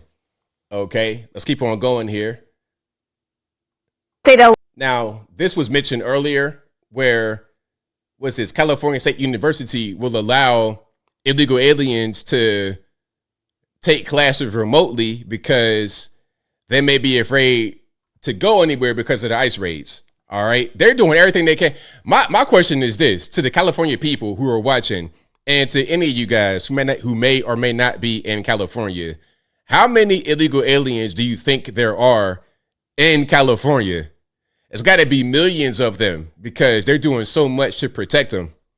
UCLA has decided to allow their classes to move online amid student concerns over the ongoing immigration raids. Leaders at the university say that professors can now arrange for more excused absences and alternative makeup work after students have expressed fear of commuting to school and taking public transportation. Faculty also have the option of working remotely now. There have been no reported raids on the campus. It's unclear if the majority of classes will be online when the fall semester begins. State LA has decided to allow their... All right, there you go. So they're doing whatever they can to protect these people, whatever they can. Now, remember I was saying in my video, some of you guys saw about reparations for migrants coming from Karen Bass. I was saying that she said it'd be philanthropic, right? Private money, not taxpayer money, although the private money is probably from the taxpayer anyway. This, I believe, is Culver City. Is it Culver City? Yeah, Culver City Council approved $50,000 to straight up give to the migrants for the exact same thing that Karen Bass is talking about, being able to give them food and other assistance because they can't go to work due to the raids. Okay, so they straight up just said, yeah, we're going to give you money. Again, this is going to be Culver City. LA County, I suppose, but not Los Angeles. Check it out. Providing daily sustenance for people who do not have income coming in will go further. As commented here, legal aid is expensive, and whatever dollar amount you put there is going to get chewed up pretty quickly, and it will only help very few people. Whereas I've seen the lines of cars, I don't know if any of you have been there, but I've seen them, and I know that they also serve folks who are at home and are sheltered on top of that. So I think that will go a lot further and help more people. Providing. All right, so there we go. $50,000, they just approved that right away, and they're probably going to do more. And they think that the riots or the raids are going to continue for an extended period of time. Okay. Give them a little bit more money. It's all good. From you, the taxpayer, if you're living out there in Culver City, California, Los Angeles County. All right. So now here is Karen Bass signing the executive order to support the illegal aliens. All right. It's amazing what can happen when you're just in the country illegally. It's crazy how they get all these rights and benefits.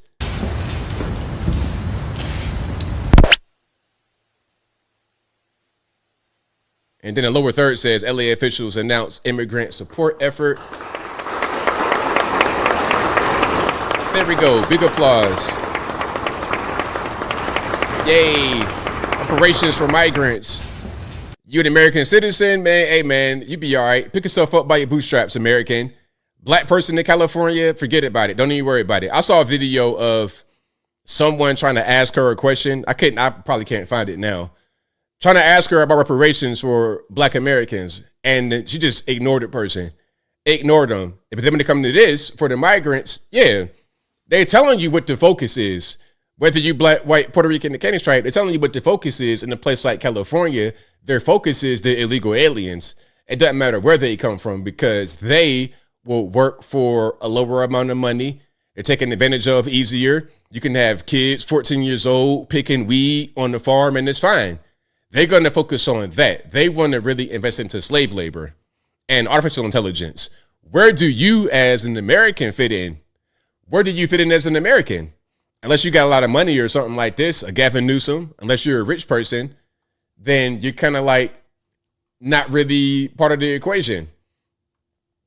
Now, this is after the wheat farm raid, okay? And they're saying the ways in which people are getting deported. They're giving two options. And each option is deportation. One option is a lot easier and the other is more difficult. So which one do you want? Let's watch. I met a woman who was here. She was here to pick up her family member's car. She told me that she actually got a hold of that family member. She called her a few hours ago from ICE detention, and she told that family member that she was given two options. One, be sent to Texas to a large detention facility and go through the process of the legal immigration deportation process, according to that family member, or sign a piece of paper and be sent back to Mexico now. That family member saying that her family member signed that piece of paper. So she's afraid she will not see her family member again on U.S. soil. I met a woman. Well, look, though, the thing about it is, the beauty of deportation, they have a home to go back to. They have a country to return to. So it's fine. You can just go back to your country. And we're not trying to make you go through a bunch of hoops to repatriate to your country of origin. We'll get you a free flight. You got the app, CBP1. Just go in there, fill it out right quick. Okay, I want to go back to X, Y, and Z place. Okay, cool. Well, coming down to the airport, you get a free ticket, front of the line. You get the Delta Comfort Plus, Diamond Medallion Plus, boom, right in the front, first class. Hey, you want some cookies? You want the full meal? It's fine. As long as we get you out of here, it's okay. Just take that option and you don't got nothing to worry about. So I feel like the way they're doing it is pretty humane. It's really going above and beyond. It's above and beyond, if you ask me. So I don't see no problem. I don't have nothing to say negative about it. Now, here is a shot of Los Angeles. I'm not sure where this is. You LA guys and girls, y'all let me know where you think this is. But the foot traffic, the vehicle traffic, all of that has died down quite a bit, hadn't it? Not a single store on this entire street is open. Not a single business. Everything's locked up. Not a single store on this entire street is open. Well, I mean, look, you can't just, I think California just let everybody from the whole world go there thinking that it's okay. Not realizing that you're violating federal law because you're allowing people in. And the problem is they don't just stay in California, and that's bad enough because regular citizens in California got to deal with all the illegal aliens, but they don't just stay there; they go all over the country. So you're compromising you're compromising the entire nation's security by doing stuff like that in California. So yeah, nah, you gotta get up out of here. Is that the way it is in the summertime where it's empty? Is it like that? Is it too hot? Y'all let me know.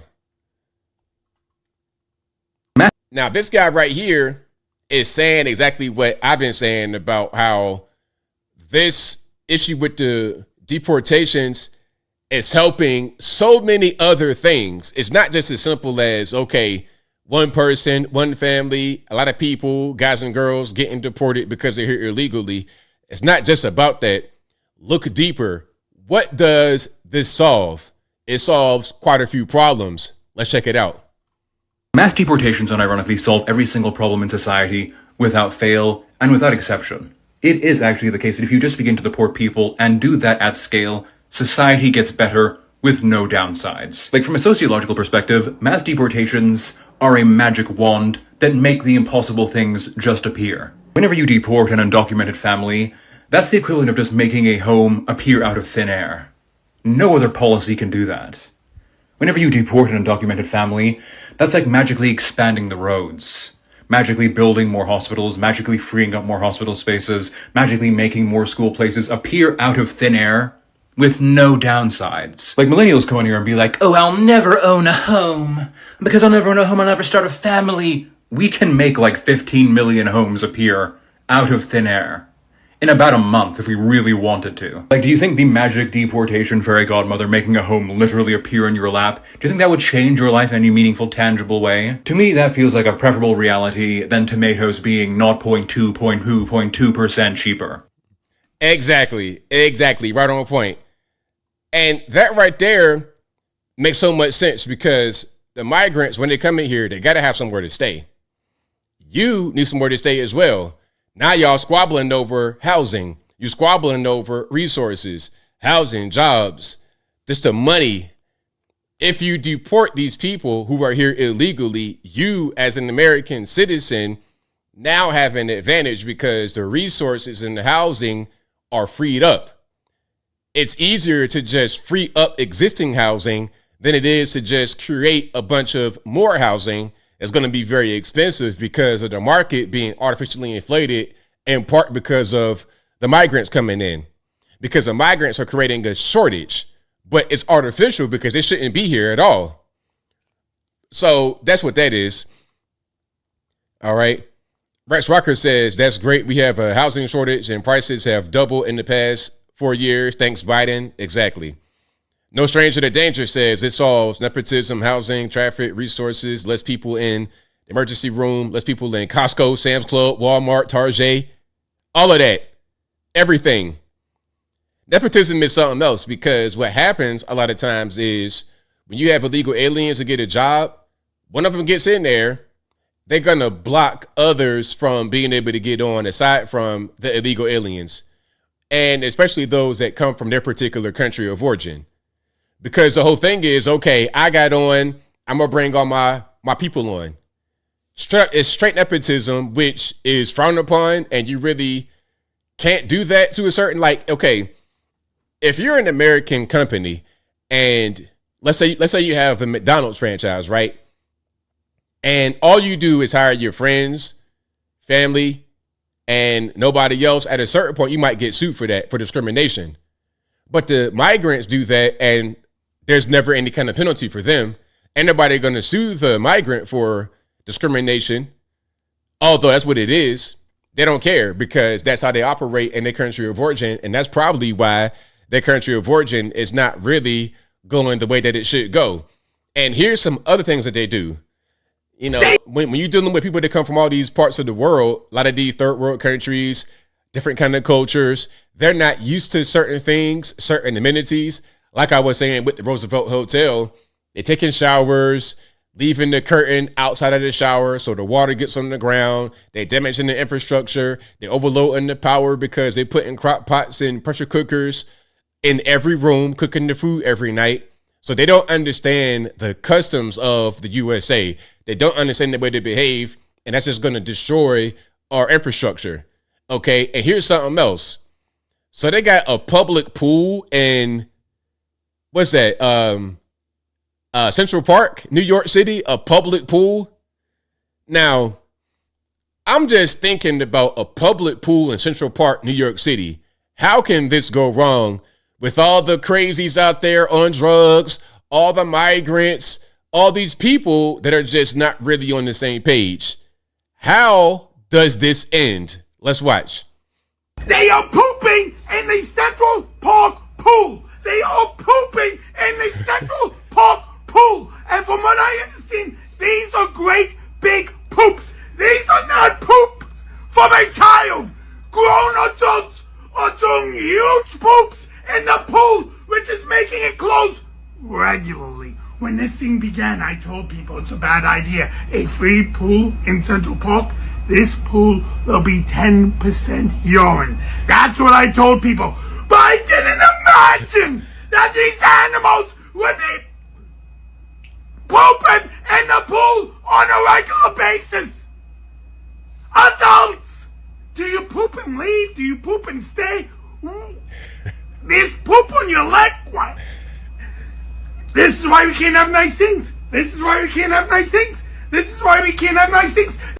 Exactly. So yeah, I don't know about y'all, but I'm not going to a free public pool in Central Park. That is the last place. I mean, look, we saw their beaches the other day out there. What was that? Coney Island, and that was bad.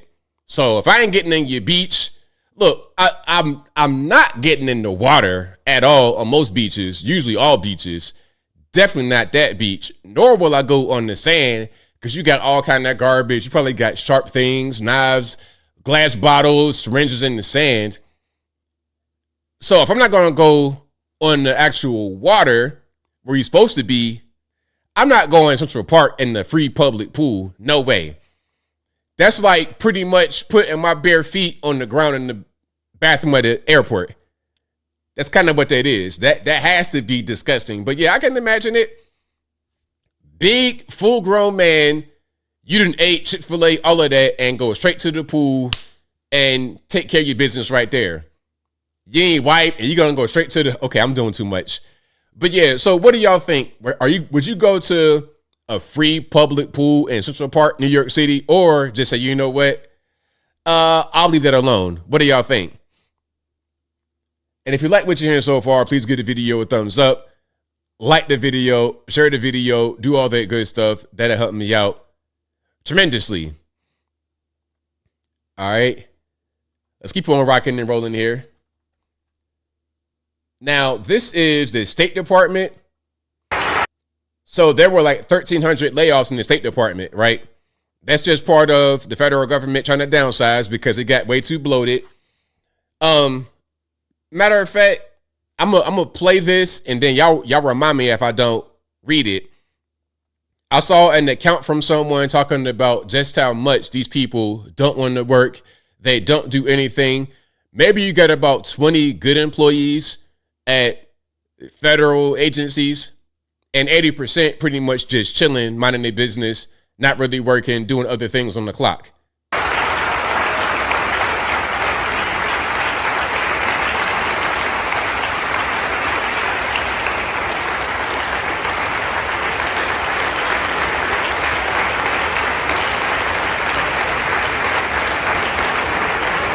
Now, if you don't understand what's going on, this is the State Department. There were like 1,300 layoffs. So all the colleagues, or a lot of them, came out, standing ovation, hugging everybody, all this and that.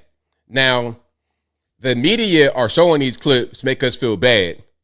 Now, I'm not going to do the cha-cha slide on somebody's job being lost because maybe they were a good employee, maybe they were a bad employee, maybe they were chilling. I don't know. I don't know everybody's story, but I'm not going to feel more bad for them than I do for regular everyday Americans who have been laid off because migrants, who've been laid off because NAFTA, offshoring jobs, Rust Belt. I'm not going to cry more for them than I do for them.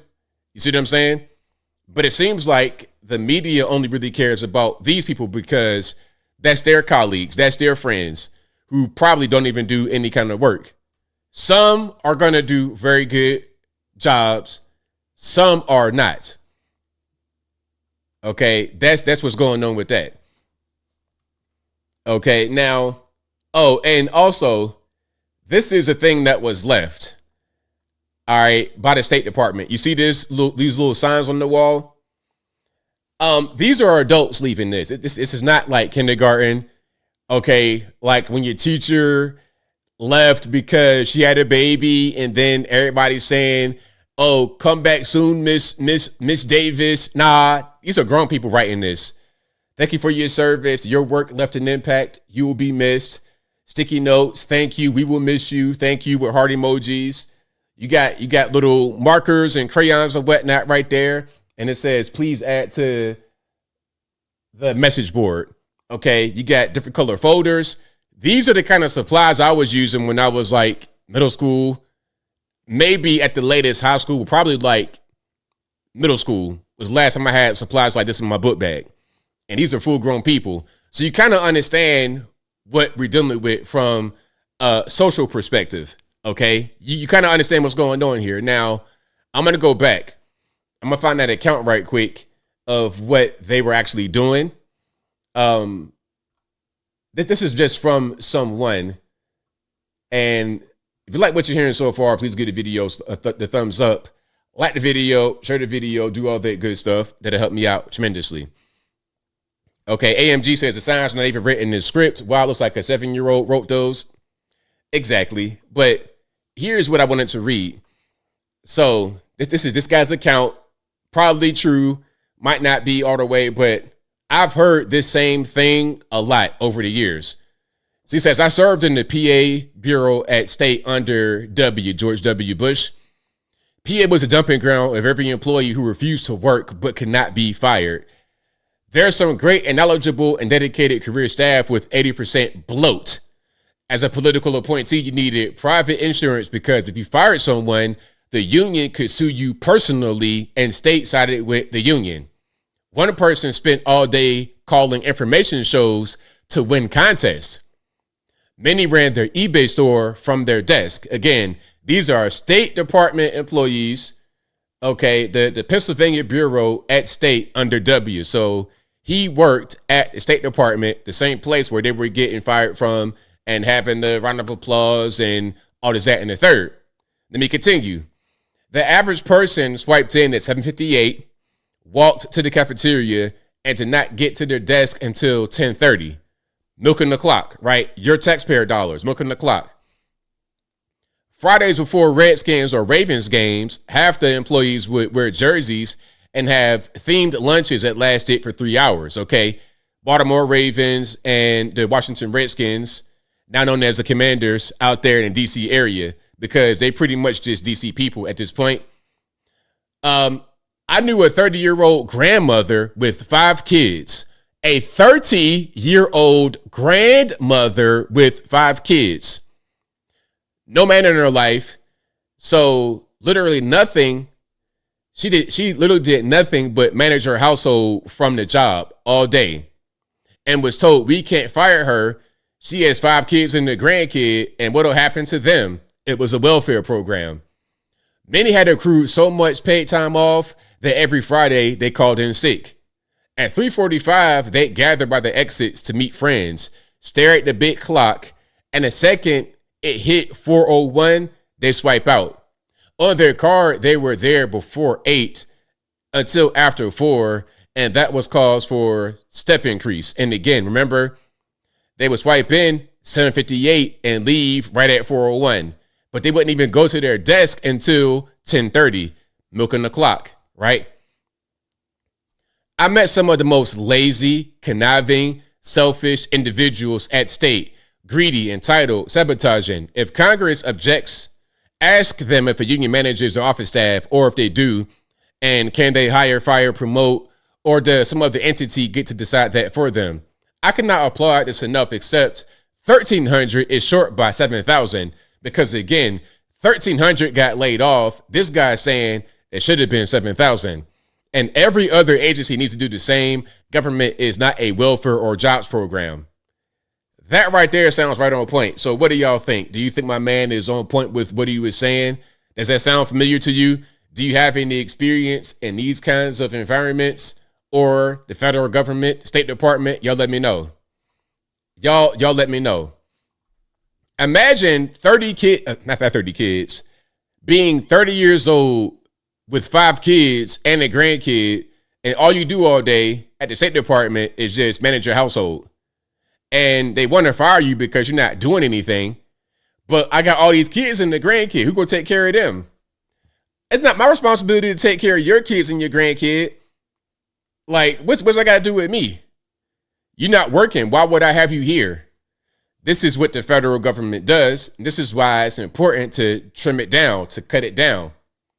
And really, they could have gone a lot deeper and cut a lot more, and it still would have been productive. It's the same thing that Elon did with Twitter. Okay, you cut 90% of the staff, but made the product better, because a lot of these jobs were just people doing nothing, unnecessary. All right. So Jay Balu says, yep, work with Social Security Administration every day. Lazy people. Yep, that is what's going on. Miss Weezy says, the elevated form of welfare. Absolutely. Now, here's the mayor of Hot Springs, North Carolina, talking about the response from FEMA under Trump is much better than it was under Biden. So this is also a thing that I voted for, to get Western North Carolina and a lot of places some attention, because, you know, they pretty much get ignored once they're not really in the news anymore. But Trump is not that way. He's able to get them some consistent help. Let's watch. Is there a Biden difference or a Trump difference in what you have experienced? First of all, I'm not a politician. I never have been. But it has been better under the Trump administration than it was under Biden. My opinion. Is that because they're more receptive and responsive, or yes. is it because Biden was president when it was hell, or? Things are getting done faster. They are more responsive.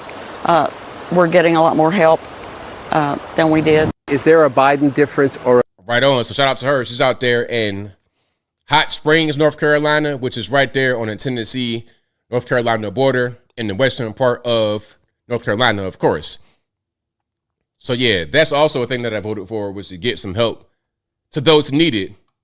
Regular, everyday American people. Now, this person is not who I want to help with my tax dollars, okay? What do I do for work? I don't. I'm professionally disabled.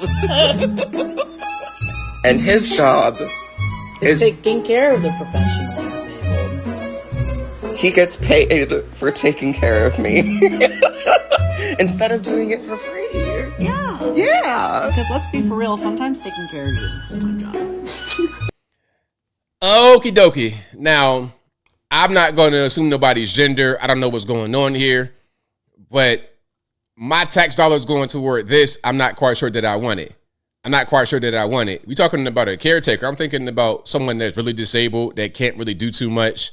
Elderly person or something like this, right? That's kind of what I'm thinking about.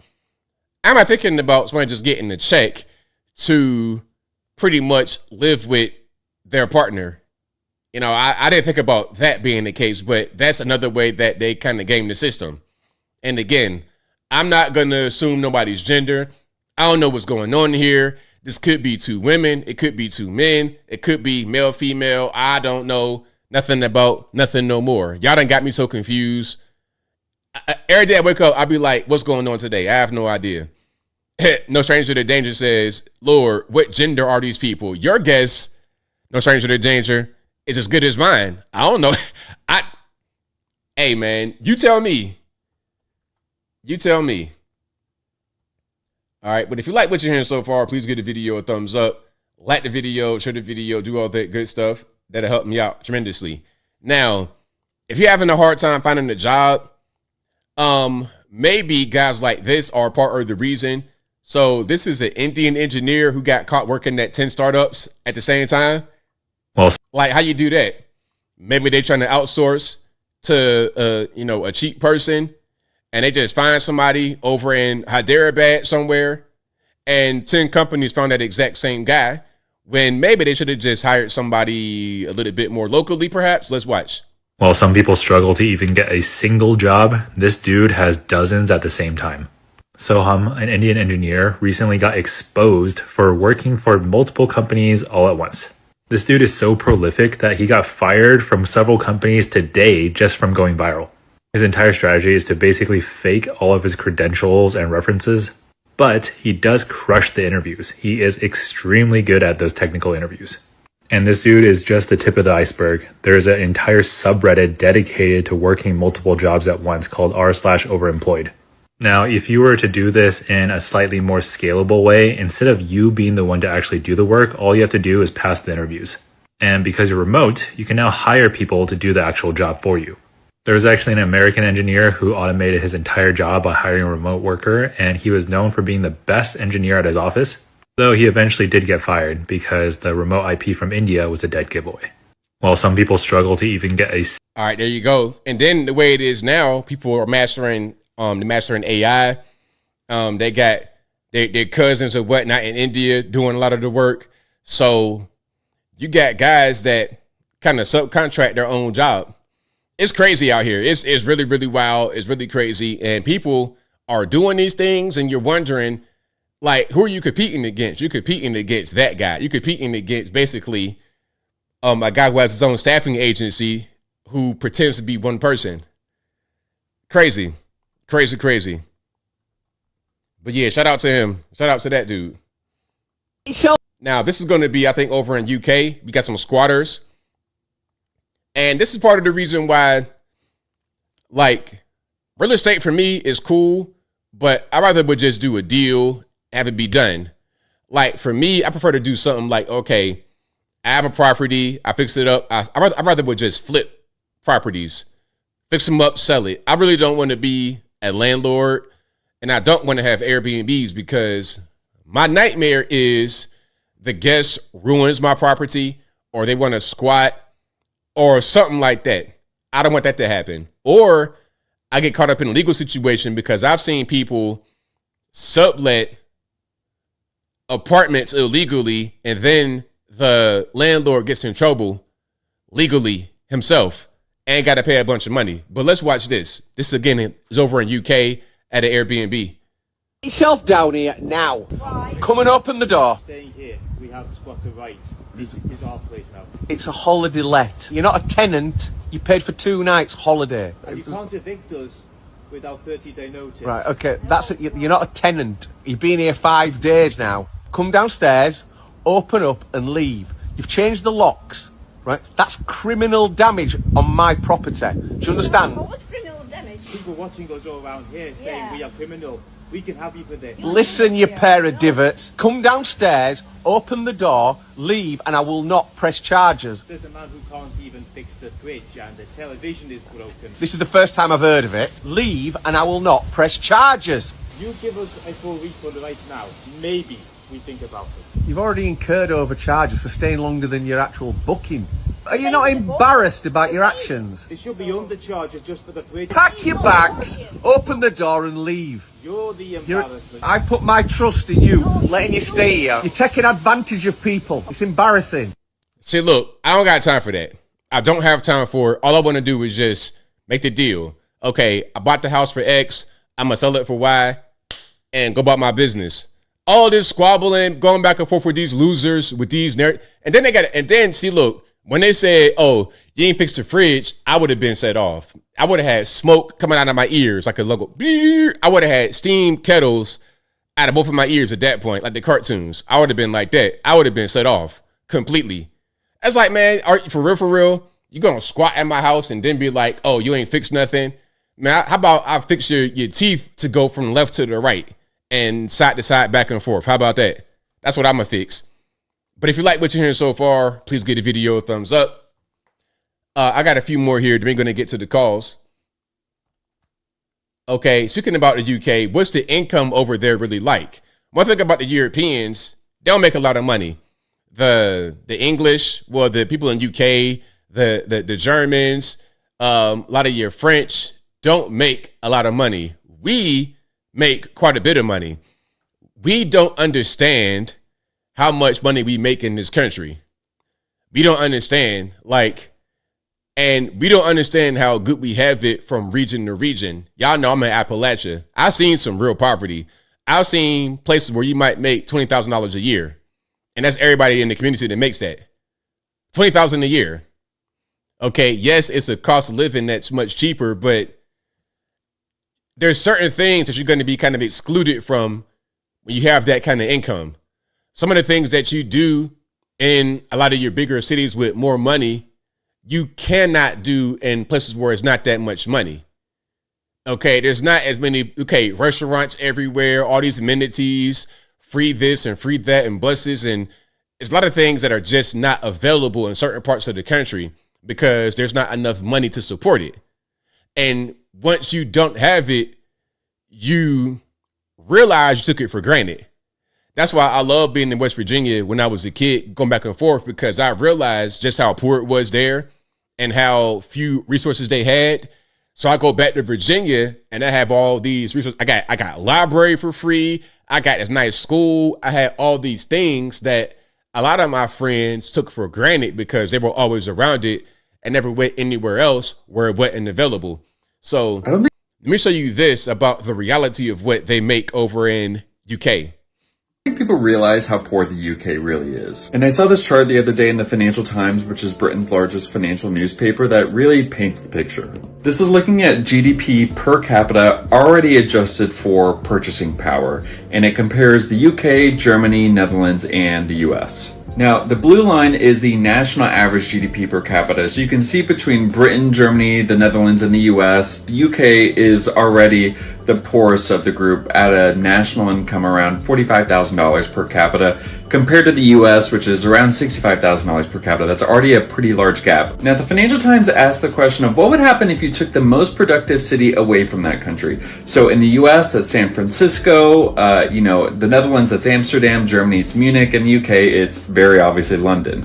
And the differences are stark. So you can see over here in the US, if you take away San Francisco, the US's average income adjusted for purchasing power drops slightly.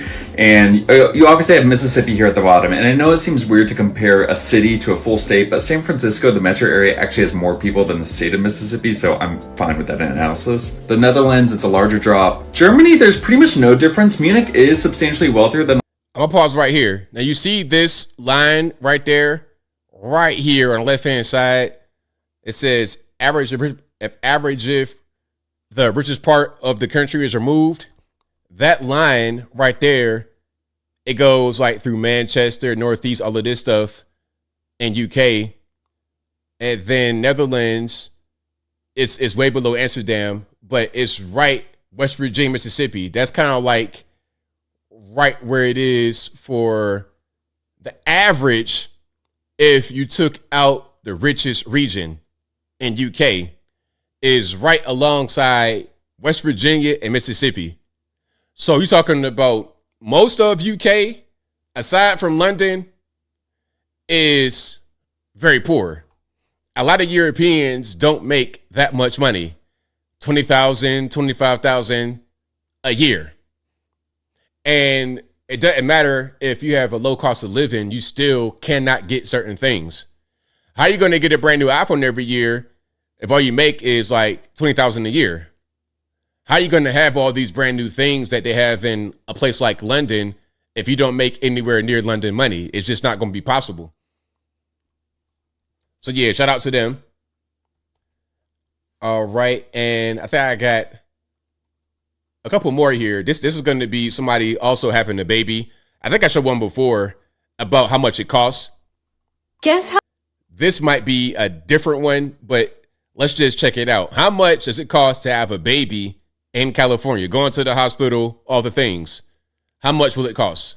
Guess how much it costs to have a baby in California. Now let me show you the experience first. I started laboring at home, so we waited a couple of hours to make sure that I'm actually in labor, and then we drove all the way to the hospital. When we came to the hospital, I was already 8 centimeters dilated, so we went straight into the delivery room. Because this is my second baby, the delivery was super fast. I delivered in 20 minutes after entering the room. It was a very smooth delivery. I had a tear, which they stitched and brought us to another room. Here we had our own bathroom, my husband was allowed to stay with me, and we had unlimited food. Now, because we had a small kid at home, we asked them to discharge us the next day, so we only stayed there a night. We went home, and in 2 weeks, we received a bill. $36,000. Well, I actually had an insurance, so it was only $2,000 for me, but still, $36,000 for a natural delivery and one night at a hospital. All right, there you go. So $36,000 officially, but about $2,200 for them out of pocket with insurance. So how does that sound? Sound about right for a baby? A little bit too much? Y'all let me know. How much should that be? With insurance, without insurance, how much should it be? And then my question would be, if they did not have insurance, how much would they have to actually pay? Y'all let me know. All right. Why is the father gay? I don't know about the father. I don't know too much. I wasn't even really paying too much attention to them specifically. I was just more worried about what they were saying as far as how much the baby costs to deliver. All right. Let me see. Now, I'm going to show this because this guy says what you should avoid in your home as far as some of these items, some of y'all like to put in there. And I'm going to add a couple of things if you didn't mention them. Worst things to put in your home that you should avoid. These shower doors come on wheels, and the wheels will clog, and they will scratch, and they won't function properly after about 6 months. Levered handles in your homes. Don't ever do it. These will break immediately. Or rain shower heads. The reason for this is you're going to spend more time replacing the shower head than it is going to work, because these rubber things, these rubber spouts where the water comes out, they dry up and they clog and they end up not working. When you purchase faucets that have an extension like this, make sure you don't cheap out and buy cheap ones, because sometimes they don't recoil like that. If you buy nicer, more expensive ones, you won't have that issue. But if you buy cheaper ones, they'll just hang like this. And literally like that. Literally what I was just talking about. Oh, something you may not think about, but try to avoid the spring door stops, like you just saw. These things break. We didn't plan that. And only get the metal door stops. These things are indestructible. All right, there you go. So what do y'all think? Would you add anything onto that list? I would say some of the things that are unnecessarily expensive for no reason. Like if you see something right next to something else and it looks the same, it functions the same, it's the same kind of build, and it's just more expensive, ain't no point in getting that. Yeah, ain't no point. And then some of those rain faucets, like all of that, I wouldn't really. The rain shower heads with the small rubber, I definitely wouldn't put that in there. Not in the least bit. Okay. A-Train says, I've delivered handles in the levered handles in your home. Had them for years, never had a problem. Spring door stops rock. Static says, I guess you're saying you would not get Samsung appliances. Yeah, I don't have anything Samsung. Oh, I've said it before, but I'm going to say it now since it kind of is the correct time. I wouldn't get any front loader washer. I had one before. I gave it away. I didn't even want to sell it because it was that bad. It was awful. Like that thing would stink. You had to clean it like I don't even know, man. Like it was some like it was chicken chitlins. Like if you ever cleaned chitlins before, you'd be in the pot for hours, all day, hours cleaning them. That's how you had to clean the actual washing machine. It's like I'm spending more time cleaning the washing machine than the machine is spending washing clothes. You spend a long time, and then if you don't clean it properly, if you don't let it air out, let it dry after it gets done, if you don't clean it properly, it will stink, and your clothes are going to stink too.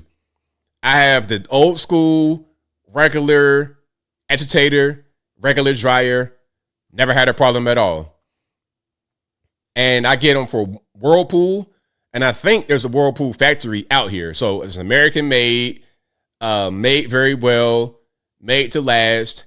Get your clothes clean. It's not a pain in the hot parts to wash. A lot of these newfangled gadgets, they're not going to be good for you, and they're going to be very expensive. So I say, yeah, like, and I had probably like the cheapest washer and dryer set they had in Home Depot. At the time I bought it, it might have been like $650 total for the washer and dryer combined, so like $325 each. Couldn't beat it. But one of them washers from Samsung with the front loader might cost that same thing plus some just for the washer, and it wound up being a worse instrument. But anyway, shout out to you guys. I got a few super chats to read. Then we're going to get to the calls.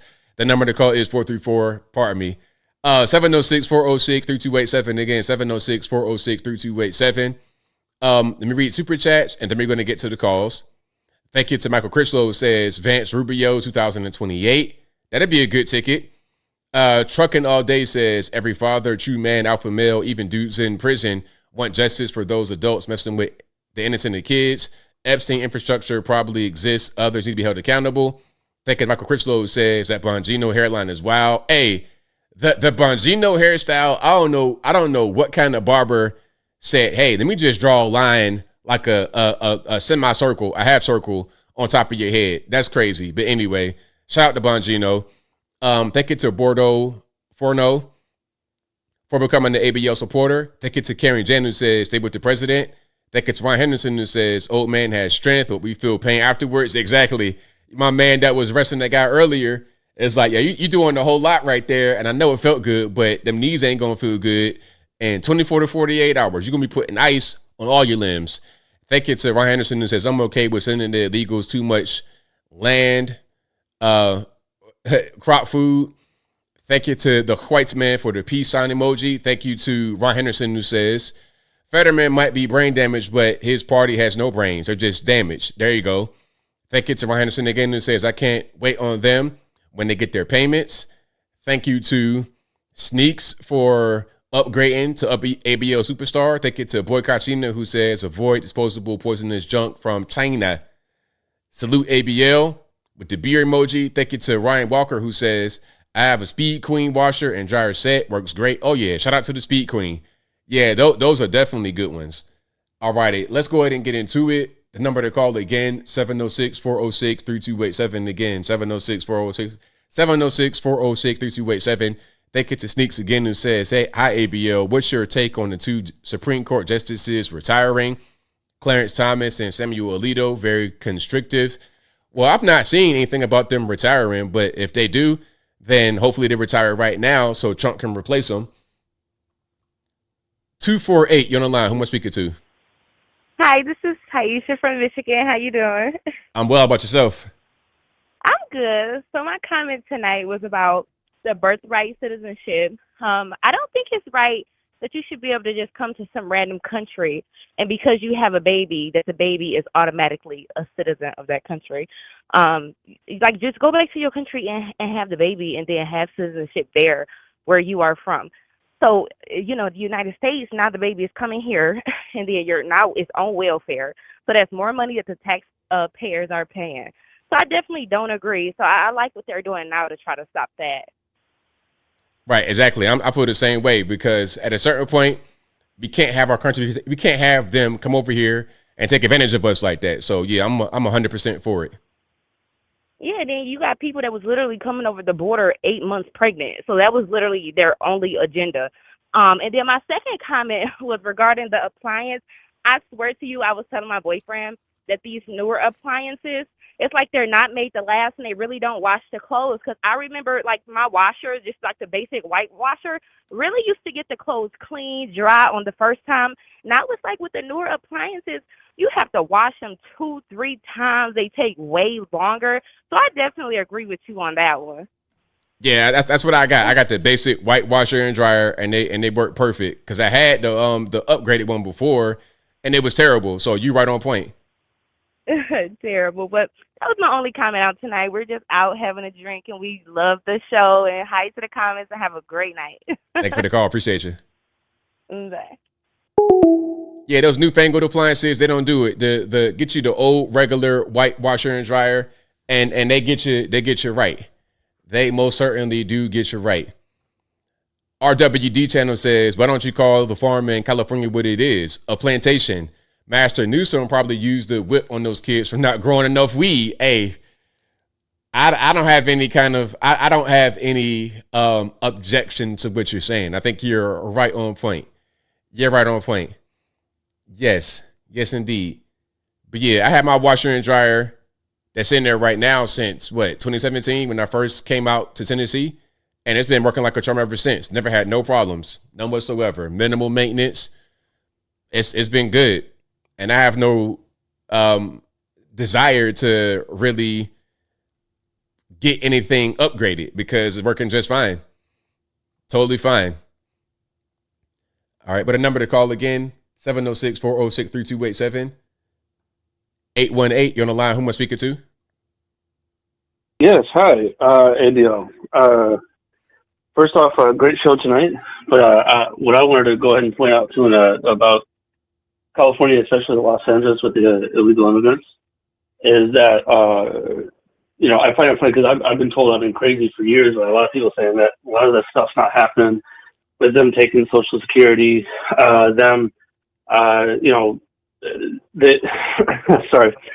there's a lot going on out there that a lot of people are not aware of. And earlier today, I saw somebody finally point out that they take Social Security cards, fake ones, and I've seen it myself. Well, not fake ones, they'll take real ones, and they just take it from somebody else. They'll get an actual job. They'll work it part-time using somebody else's social. They'll get benefits. And then what happens is that they'll collect money under the table.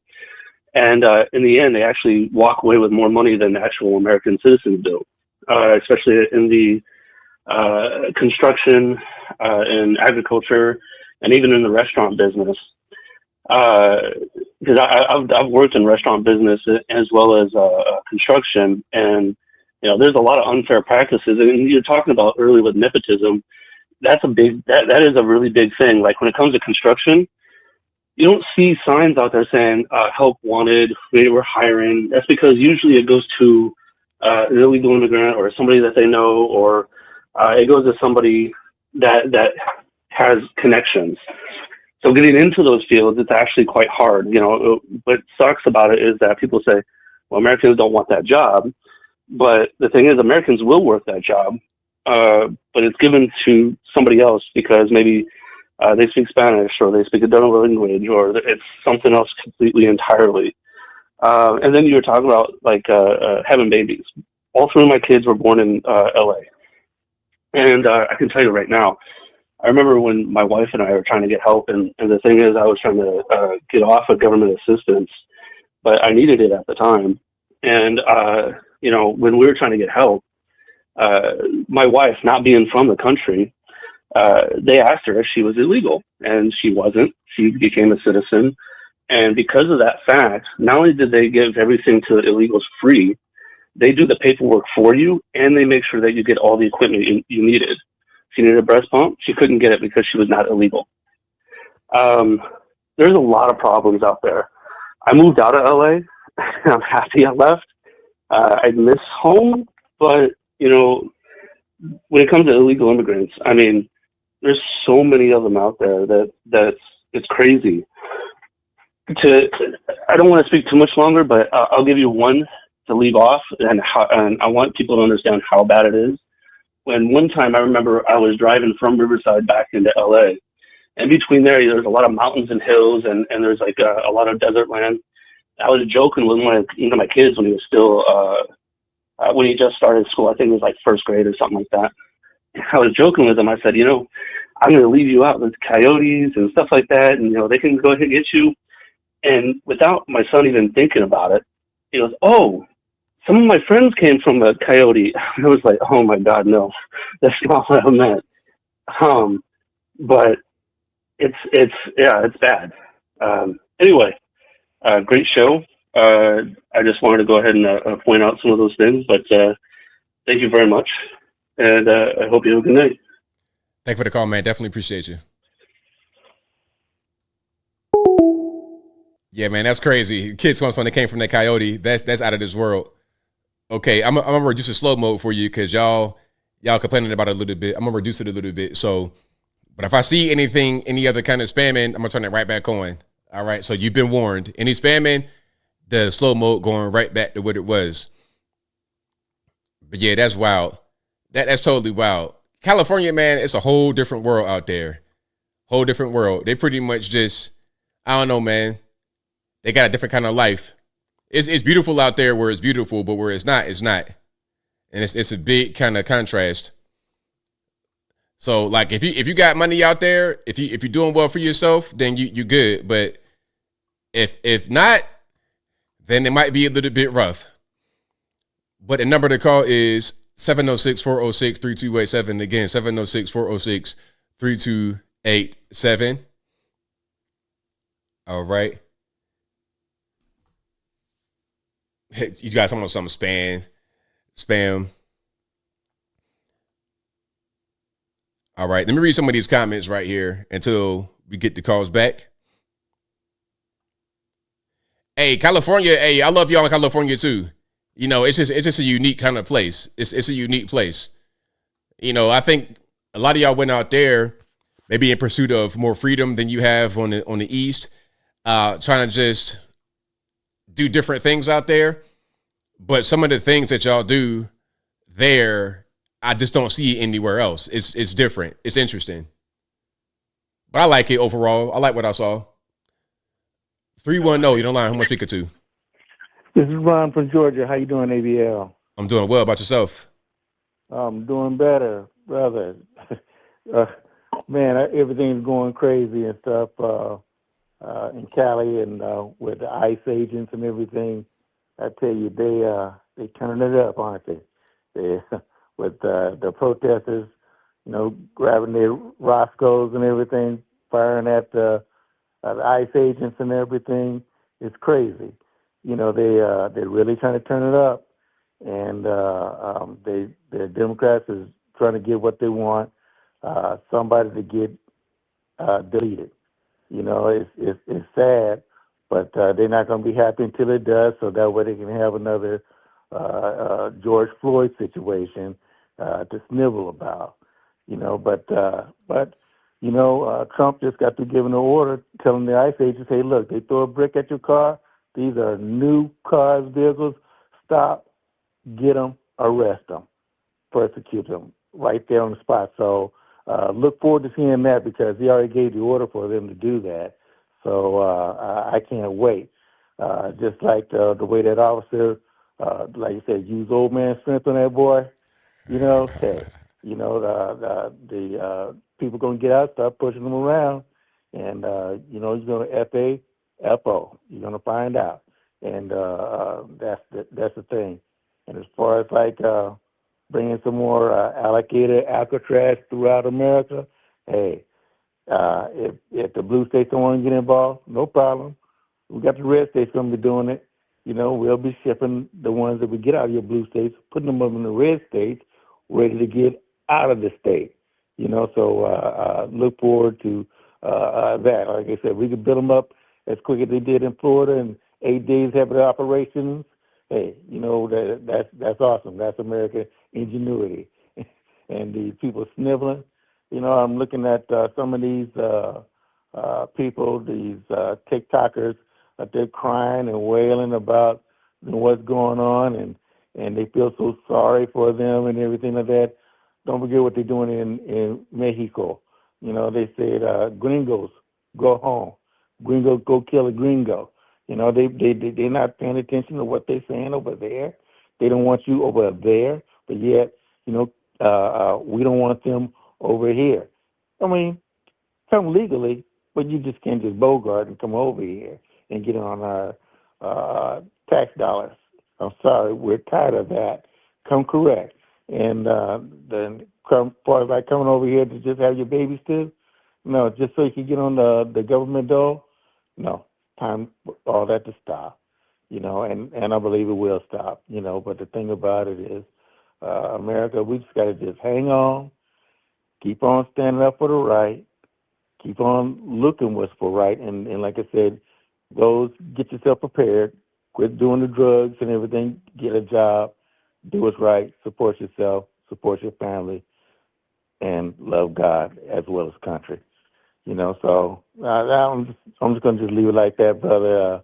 I love you, love your content and everything that you're doing. You just keep doing what you're doing, my friend, and we got you in prayer, brother, all the time. Okay. Right on, man. Thank you for your call. Definitely appreciate you. You too, sir. Bye-bye. All right. Great call. Fantastic call. Let's go to 949. You're on the line. Who am I speaking to? 949. Hello. Hey, good evening, ABL. It's Marta from Menifee, California. How you doing? I'm doing well. How about yourself? Hey, COVID didn't take you down. I see that you wore your no jab hat. Yes, indeed. So this lady on Facebook, I posted, you know, what does this matter? And it was in regards to, you know, why is the news posting this guy that was running away from ICE? He fell off like a 30-foot building, and they took pictures of him and put it on the news. And, well, rest in peace. Now that guy, you know, unfortunately had passed away, but this one lady commented saying, oh, it does too matter. You know, they're rounding everybody up like they did, and, you know, Hitler did in Germany. And I'm thinking, and then she's trying to say that the alligator Alcatraz is, you know, some concentration camp. So she keeps on trying to revert back to saying that we're, you know, that Trump's trying to be Hitler. I'm like, get over yourself, lady. That's not happening. This is ridiculous. I'm just so over. And I think she's just kind of just trying to, like, put down the narrative that she keeps on hearing, probably from CNN. Wouldn't you agree? Oh, of course. That's definitely a big part of it. Yeah. Did you see the pictures that the news reported? I don't know if you saw that the guy that he was running and he fell off a building, a 30-foot building. Did you see it? I heard about it, but I did not see the pictures. Oh, okay. Yeah, it's pretty bad. But I still didn't think that the news, would report that, that it's like, okay, well, how is this Americans? How is this our fault that he made this decision? I just said, rest in peace. What else is there going to do? But that's all I wanted to say. Hello, everybody in the chat. I'm glad you're feeling better, and have a good night and rest good weekend. Thank you. Peace out. Love you. Thank you for the call. God Appreciate bless. you. Bye. Bye.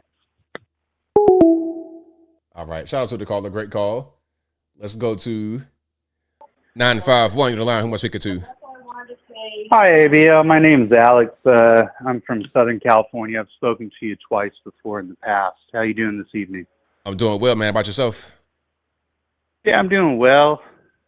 Just busy, life, being a man. So I always got a lot that I could talk to you about. I think tonight I'll talk to you about immigration, since that seems to be a hot button topic. So I was a soldier.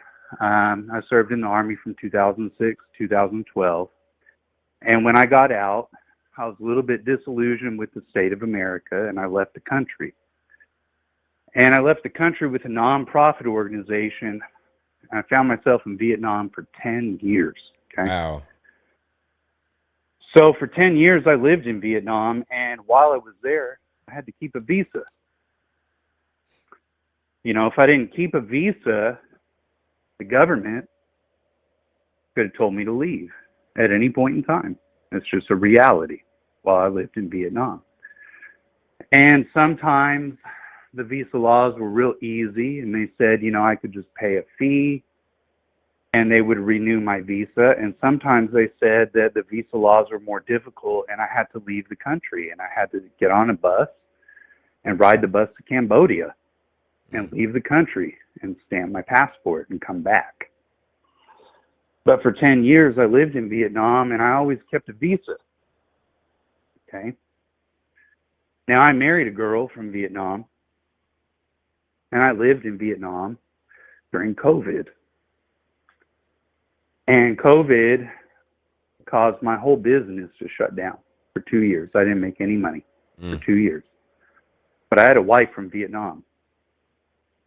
And so we started the legal immigration process for my wife, and it took 2 years. And it was hard, and we waited, and we did the right thing.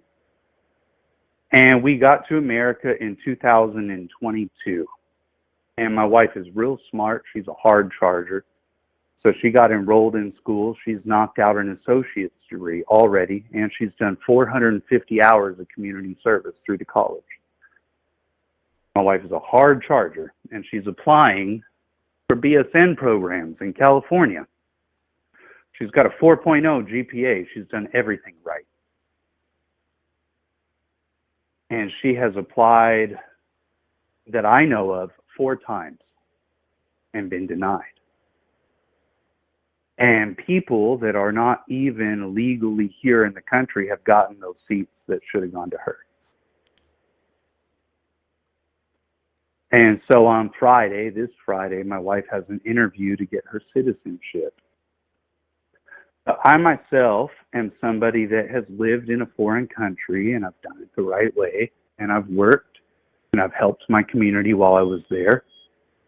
And my wife has immigrated here to America, and she's done it the right way, and she's helped her community while she's here. And myself and my wife, we have paid the price for other people to be here, to have medical care, to have education, to have privileges that we ourselves do not. And I'm an American veteran, and we've done everything right. And so for anyone that hears my story that might think like, oh, no, hey, sorry for the immigrant.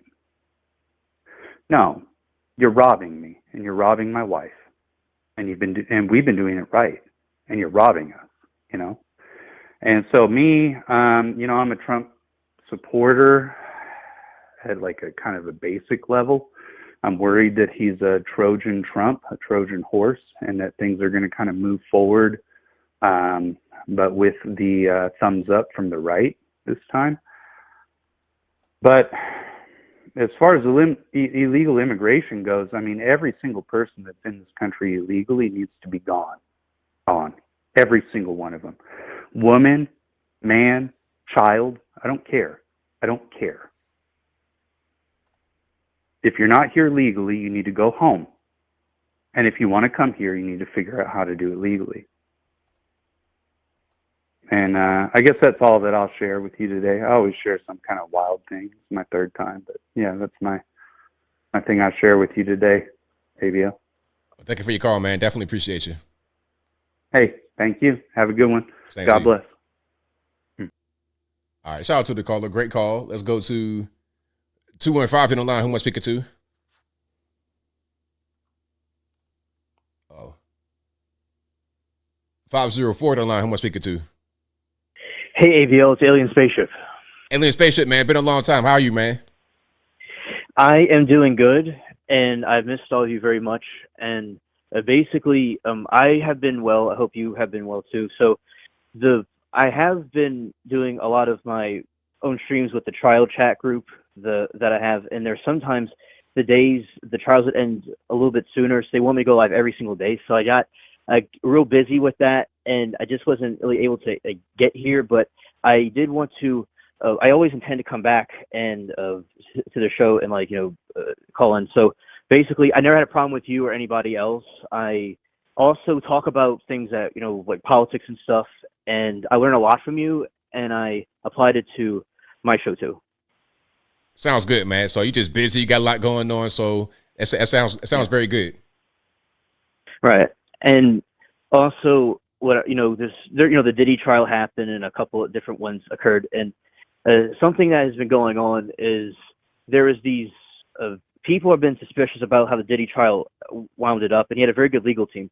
And now, this is the talk of the town, is that with the Epstein files, that people believe that they're being either withheld, or allegedly, or people are trying to they either destroy them. And Trump might reveal some more information about it, but yeah, people are not really happy at the moment about how the Epstein files were handled. Yeah, I mean, I think that's going to be kind of a sore spot for a lot of people. For me, it's not really the same way as other people, although I do understand where they're coming from. Yeah, and there's a lot of conspiracies going around, and I do, like you, want to see the facts and see how that goes with it. And I was doing research on Epstein, and we're talking about it, and that he donated a lot to Harvard, and the AI thing, which was like a search engine thing in Google, was trying to say he was probably doing it allegedly to look more like a presentable figure because Harvard's a very famous university, and he was also probably trying to do money laundering allegedly, and they cut him off. Then he tried to do it again, and then they had to investigate their involvement with him. And he was a financer, and he worked with. He did advising for many people that were wealthy, and this, as I said, with the list or whatever. Hopefully, if it's it comes out, if they're hiding it. But yeah, so I was doing more research about him, and also Virginia. So Virginia was one of the victims that she passed away by self-deletion. It's very suspicious because she was a witness to a lot of these things that happened. Yeah, that's definitely something that people have an issue with as well. Some say that didn't happen the same way they talk about Epstein, that didn't happen the way they said he did. So I don't know. Right. Yes, exactly. I agree. So, and basically the other things that are going on with, I saw the lives about the raid with the weed farm. And yeah, there's allegedly some child labor over there. And I think they may have found some information about that was going on. I remember the protesters, and and yesterday there was some protests going on outside this ICE facility, and you had this woman that was like a Timu, trying to be like a Timu version of Candace Owens, but Candace Owens was cool, but this was she was trying to mimic her, but she was on a different side than her, and then you had all these people spread out, and one of the people got arrested and taken in that were protesting outside of it, and you had this other situation that occurred where one of the tasers was missing, and they're trying to find out who did it, and they had these armed people that came out, and anytime a van would pass through, the people would try to hit in the van and act silly. Okay, you there? Hello? Yeah, I'm here. Go ahead. Okay. So basically, yeah. So that's what happened. So they're doing those protests over there about the ICE facility, and then remember the people at the camera went over to the other side, but then something interesting happened, and they had to go back over there to see what was going on. So then there's a lot of ICE protests going on in general in California, I've seen, and from the streams, and they have people like setting of dumpsters on fire. It's a lot of wild stuff going on, and we'll see about the wars that are going on across the world that hopefully they get settled. And yeah, so the biggest thing right now that I'm seeing is the Epstein situation in the social media. Right, absolutely. All right. Okay, ABL, that's all to say for this call. I hope that you're doing well. One thing I want to say, how is your weather? Oh, the weather is beautiful. It was great today. It was like about 80, 85. I loved it today. Yeah, in my area, it was raining, but then it got better in the evening. Right. Yeah, it rained for a little while, like a little brief shower, but beyond that, it was all good. All right. Well, I'm glad I was able to talk to you, and shout out to chat and all the callers. And thank you for taking my call. Thanks for the call, man. Definitely appreciate you. Okay, bye. All right. So shout out Alien Spaceship. Had been a long time. Great to hear from you, man. Let's go to 740. You're on the line. Who am I speaking to? Oh, it's Jeff ABL. How you doing? I'm doing well, man. How about yourself? Oh, pretty good. You want to talk real about this prison down there? It's Gator Alcatraz, they're calling it. Hey, I'm liking what I see so far. I don't got a problem. What do you think about it? Do you want to know why there's stainless steel toilets in that place that have a very shallow draft? Not much water in the toilet. I had a friend who spent he was supposed to spend 9 years in Moundsville back in the 80s and 90s. He wound up spending 11. The reason it's stainless steel is so you can't bust off pieces of porcelain and turn it into stabbing tools. The reason the toilets are so shallow is so you can't stuff somebody's face down in there and drown them. All of this stuff that seems completely cruel, there's a reason for it. Do you know why you get such simple meals in those places? Why's that? He told me that one time they would actually serve chicken legs in the prison. They stopped that because they would turn it into stabbing tools to kill each other with the bones.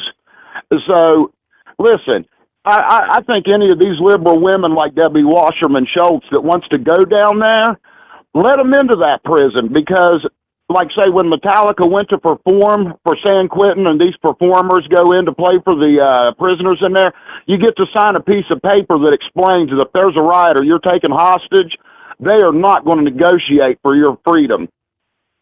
So everybody needs to think about that. Well, makes a lot of sense to me. Makes a ton of sense. That's it. So, well, there's other things I could say, but you probably got a lot of other people on here. But I will say this about the Epstein thing, man. I was abused as a kid by my mother. I have nothing for child abusers. The only respect I think they deserve is a Christian burial after a swift hanging. I agree with you 100%, 1,000%. All right, man. We'll holler at you later, ABL. And one more thing here because we like to end with a laugh, right? Yes, indeed. The number one thing, young men, that you should never bring into your home is a single mother. You have a good evening, ABL. Thanks for the call, man. Definitely appreciate you. Bye, buddy. All right. Shout out to the caller. Great call. Let's go to 215 in the line. Who am I speaking to? Hello, ABL. How's it going? It's all good, man. What's happening? So I wanted to ask you, ABL, how do you feel about the Epstein files not getting released after Donald Trump said that he was going to release them during the campaign? And I'm just now tuning into the show. So, well, I don't remember what Trump said about the Epstein files, but as far as the files not coming out, it's not really a big deal to me, to be totally honest with you. Like, my biggest thing was a migrant crisis, like I was saying throughout the entire time. Like I say now, that's my biggest issue. The way I feel about the Epstein files, I was like, okay, if they put them out, cool. If not, I don't think it's really a big deal because Epstein himself, he already dead, and they got Ghislaine Maxwell. So who are they going to get? Like, it wasn't really a big deal to me. yeah, you know what's funny? I was saying the same thing too, and some people was trying to give me a little ish for it, but it's just like, because same thing you said. He's already been locked up. He's already dead. So it's like, I mean, if they're going to investigate it, go ahead and continue to investigate. But why is this such a big deal? Like, it's not, I'm not saying like what he did was horrible. Yeah, it's horrible, and it's probably like one of the biggest trafficking cases in human history. But the guy has already been caught, prosecuted, sentenced, and he's dead. So it's like, what's still the big deal? What's all the outrage?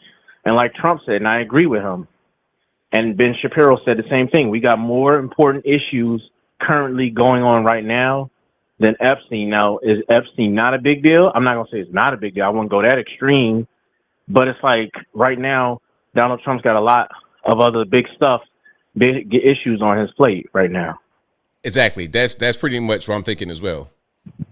Yeah, that's what I'm saying. And another thing I wanted to ask you, did you hear that he approved another, what was it, $500 million getting sent to Ukraine? Well, I don't know how much money it was, but I did hear him say that he was going to approve more weapons to go to Ukraine. Yeah, that's probably what it was. It was probably in the value of $500 million. Yeah, more weapons to Ukraine. Yeah, whatever the dollar amount was. I mean, I'm not for the wars, but I understand. Like from the beginning, I knew that they were going to keep sending money to Ukraine and Israel. Like those are the two ones that they really couldn't say, okay, we're going to stop that. But my whole thing has been, let's not get into any kind of further provocation. So when they did the Iran strike, I had a problem with that. But so far, we've not had a major retaliation from that. I just hope and pray it stays that way. Yeah. And it's like, see, here's my thing with Israel. Now, I can understand why they're funding it. I can understand with the whole thing with Israel, because technically they still have 2 American hostages over there, like still currently being captured. Like, and they had a bunch of Israelis and 12 American hostages, but they released all of them, including American hostages. So I can understand America's involvement in making it, like being involved with that being their business over in Israel. That part I can understand. This just come from me. Now Ukraine, that don't have nothing to do with us. So it's like, and since the Ukraine war started, they said they've sent more money to Ukraine than they sent to Israel from 2022 till now. I looked that up, and it said the money they sent to Ukraine is way higher than the money they sent to Israel. Yeah, I could believe it. Yeah, but yeah, I guess I wasn't the only person that felt that way about the Epstein files. I was like, it's not really nothing that impacts my life, so I don't really care that much. Plus, he's already dead, so it's like. Exactly. Yeah, well, thanks for taking my call, ABL. You have a good night. Thanks for the call, man. Definitely appreciate you. All right. All right, shout out to the caller. Yeah, I know some people are kind of like upset about the whole Epstein thing, but you know, it's everybody's different. Everybody got different kind of motivations, in my humble opinion. But I understand where everybody's coming from. I don't want to be an insensitive person toward what people are thinking about, what they're feeling about as far as Epstein and the list and all that kind of stuff. I get it. But for me, I mean, there's all kind of issues that we could discuss and that don't get discussed that are on that same level, in my humble opinion. So yeah, shout out to the caller and shout out to you guys as well. Let's keep rocking and rolling here for a little bit. Let's go 513. You're online. Who am I speaking to? Hi, it's Shelly. I want to give some insight on the Epstein situation. Okay. 60 to 80% of the kids that are missing, rescued, trafficked, etc., are wards of the state. That means it's done through foster care. That includes unaccompanied minors. HHS funds foster care through Title IV. It operates at the county level. DHS gives unaccompanied minors to county agencies, your local CPS agency. On a side note, these grants that are given, which is the highest amount of grants out of any agency in the country, are matched by your local property taxes, okay? So these are your local trial courts, your local probate court, your guardianship courts. There's money on all of these children's heads. If you look up any of these court cases, everyone involved has immunity. If you are a state agent, meaning if you're a nonprofit, if you're a foster home, you have immunity. The state investigates itself. The social worker sees the kids, they receive the kids, and they place the kids. Nationwide, social workers have immunity.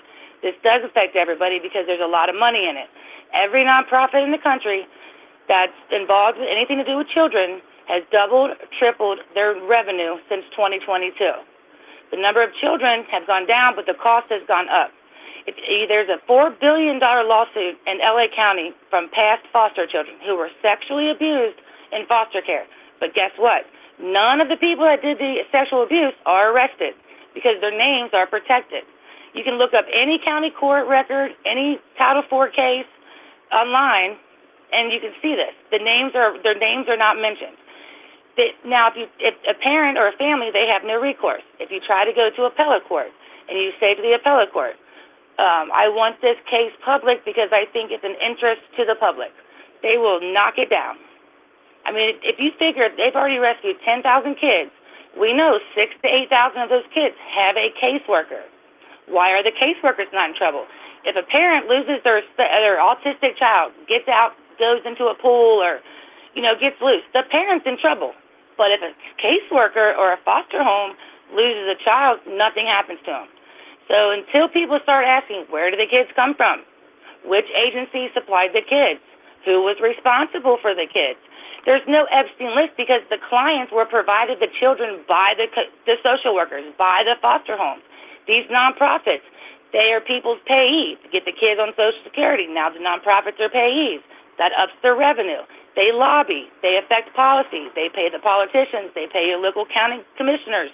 I mean, it's complicated, but it's really not that complicated, and it affects every American because if you look it up, which anybody can do, like on Twitter, there's that Data Republican, look up Jewish Family Services, look up Catholic Charities, watch your local commissioner meeting, every nonprofit they mention, Google them, hit tax info, read what they do.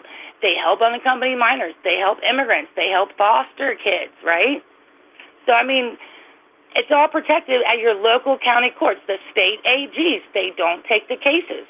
I mean, if you've got one state can have 2,000 kids rescued, and there's not a single case or anyone sanctioned by the AG or the Inspector General. The state is not going to look into themselves because if you're not compliant with the HHS grants, they could cut off your funds. But the way around it is the HHS is not doing the reviews. They're not doing the auditing. You see what I'm saying? Right, I got you. So it really does affect everybody, and there's no list because whoever was receiving the kids, Epstein probably helped with the nonprofits and helped with the policies that allow these children to get trafficked, which started with the Clintons in the 90s, just like the Haitians that are here. Like the governor of Ohio has an entire school district in Haiti, an entire school district while he's governor. Also has an orphanage. Guess what? Those orphanages have been in trouble because the kids are being taken from the parents are being lied to, the courts are giving guardianship. Here, let me give you an example, and it's all public information.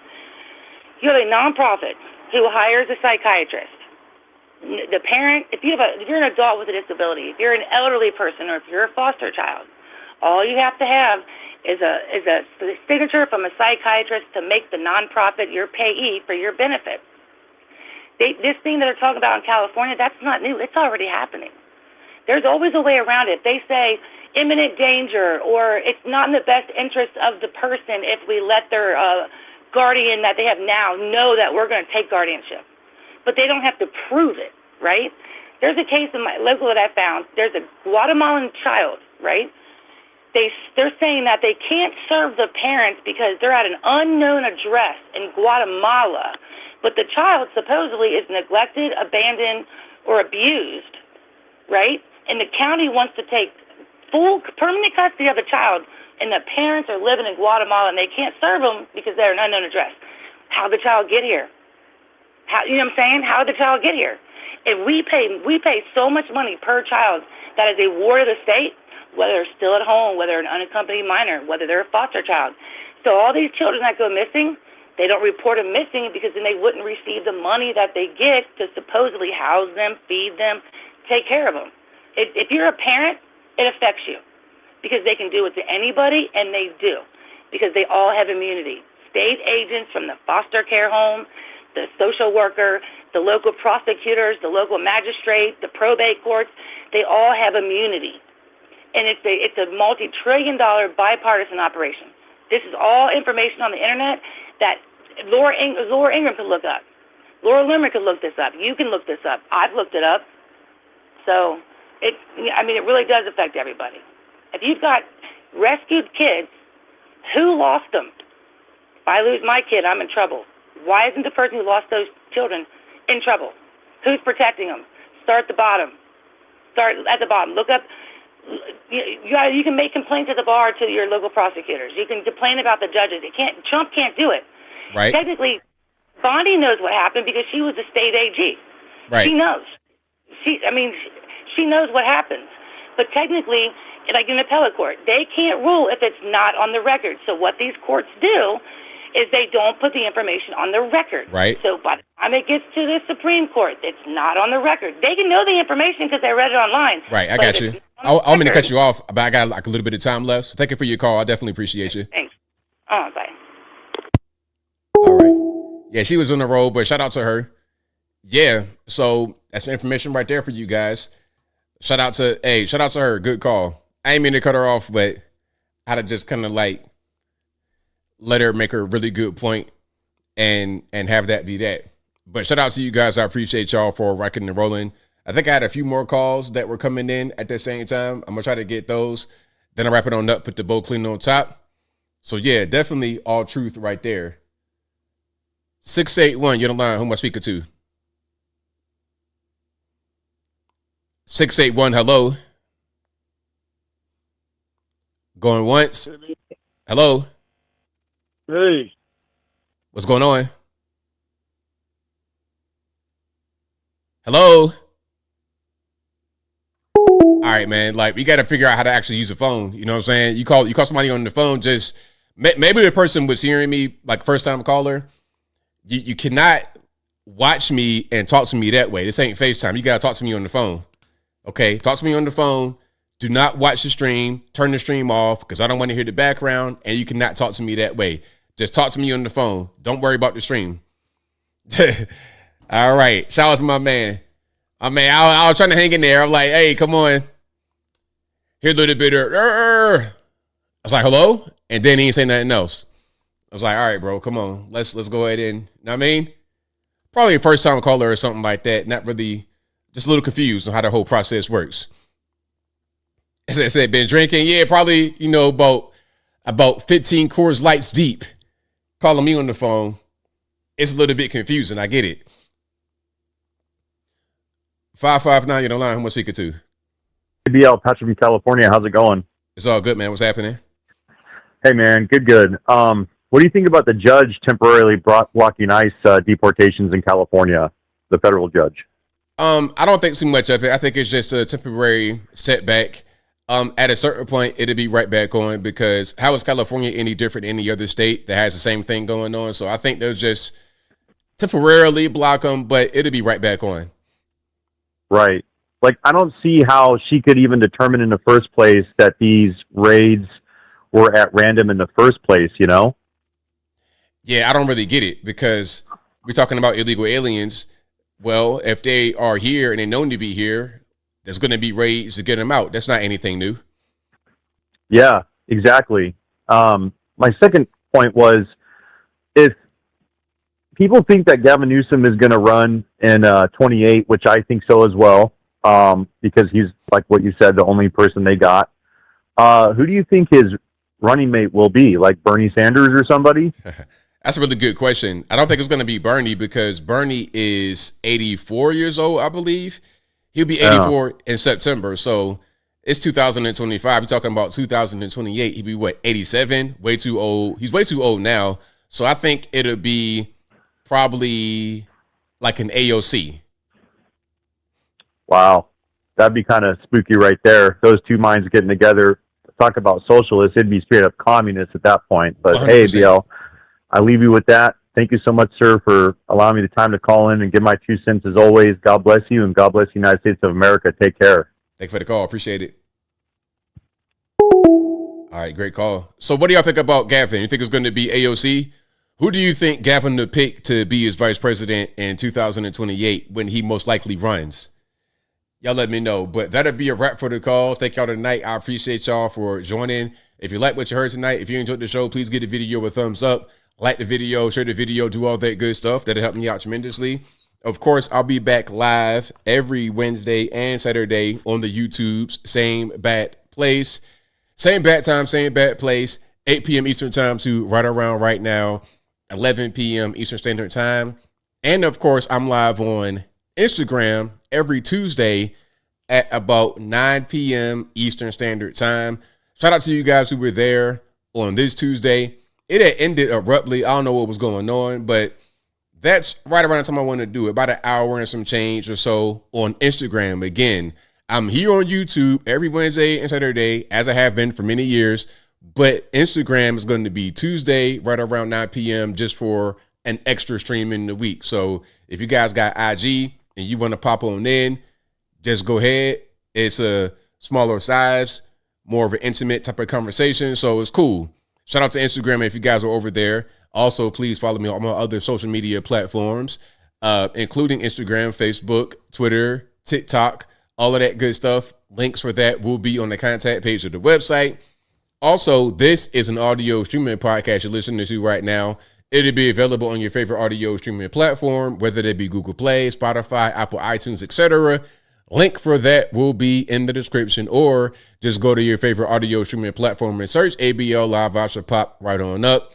All my YouTube videos are on Rumble as well. I'm verified over there. If you want to check me out on that platform instead of YouTube, that link will be in the box. Or go to Rumble, search Anthony Brian Logan. I'm verified. I'm easy to find over on the Rumble. Also, please subscribe to Uncle ABL.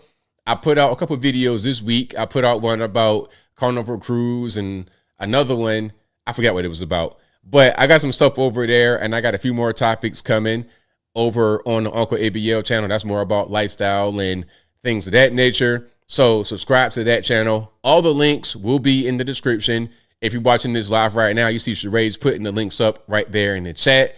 Thank you for that. And speaking of Sheree, shout out to the mods for keeping the trolls in check. I appreciate y'all for that, because y'all know without you, there is no me. Thank you to everybody who is watching, retweeting, super chatting, whatever. Y'all know, y'all the soul of the show. I couldn't do it without you. But that will be a wrap from me. So before I wrap it on up, put the bow on top, I think I have one more super chat. I think I already read this, so I'll read it again anyway. RWD channel says, why don't you call the farm in California what it is? A plantation. Master Newsom probably used the whip on those kids for not growing enough weed, right? Or not growing it fast enough, which is crazy. I mean, I never in all my days thought that I would see illegal aliens working on the weed farm. And it's funny because the media are trying to make it be like, oh, it's just a farm. It's just farming. Just a farm. Just farming. So that's what we call picking weed. It's just farming. Oh, okay, whatever. It's fine. But I don't think the majority of us are really buying that. And this year of our Lord, 2025. But that will be a wrap for me. Thank you to It's Linda right there for that super chat, who says, I'm contracted with NGOs. The caller is right. Well, there we go. So we got that real time verification. So shout out to you, Lenita. But that will be a wrap for me. So until next time, y'all be safe. I'm out, and peace.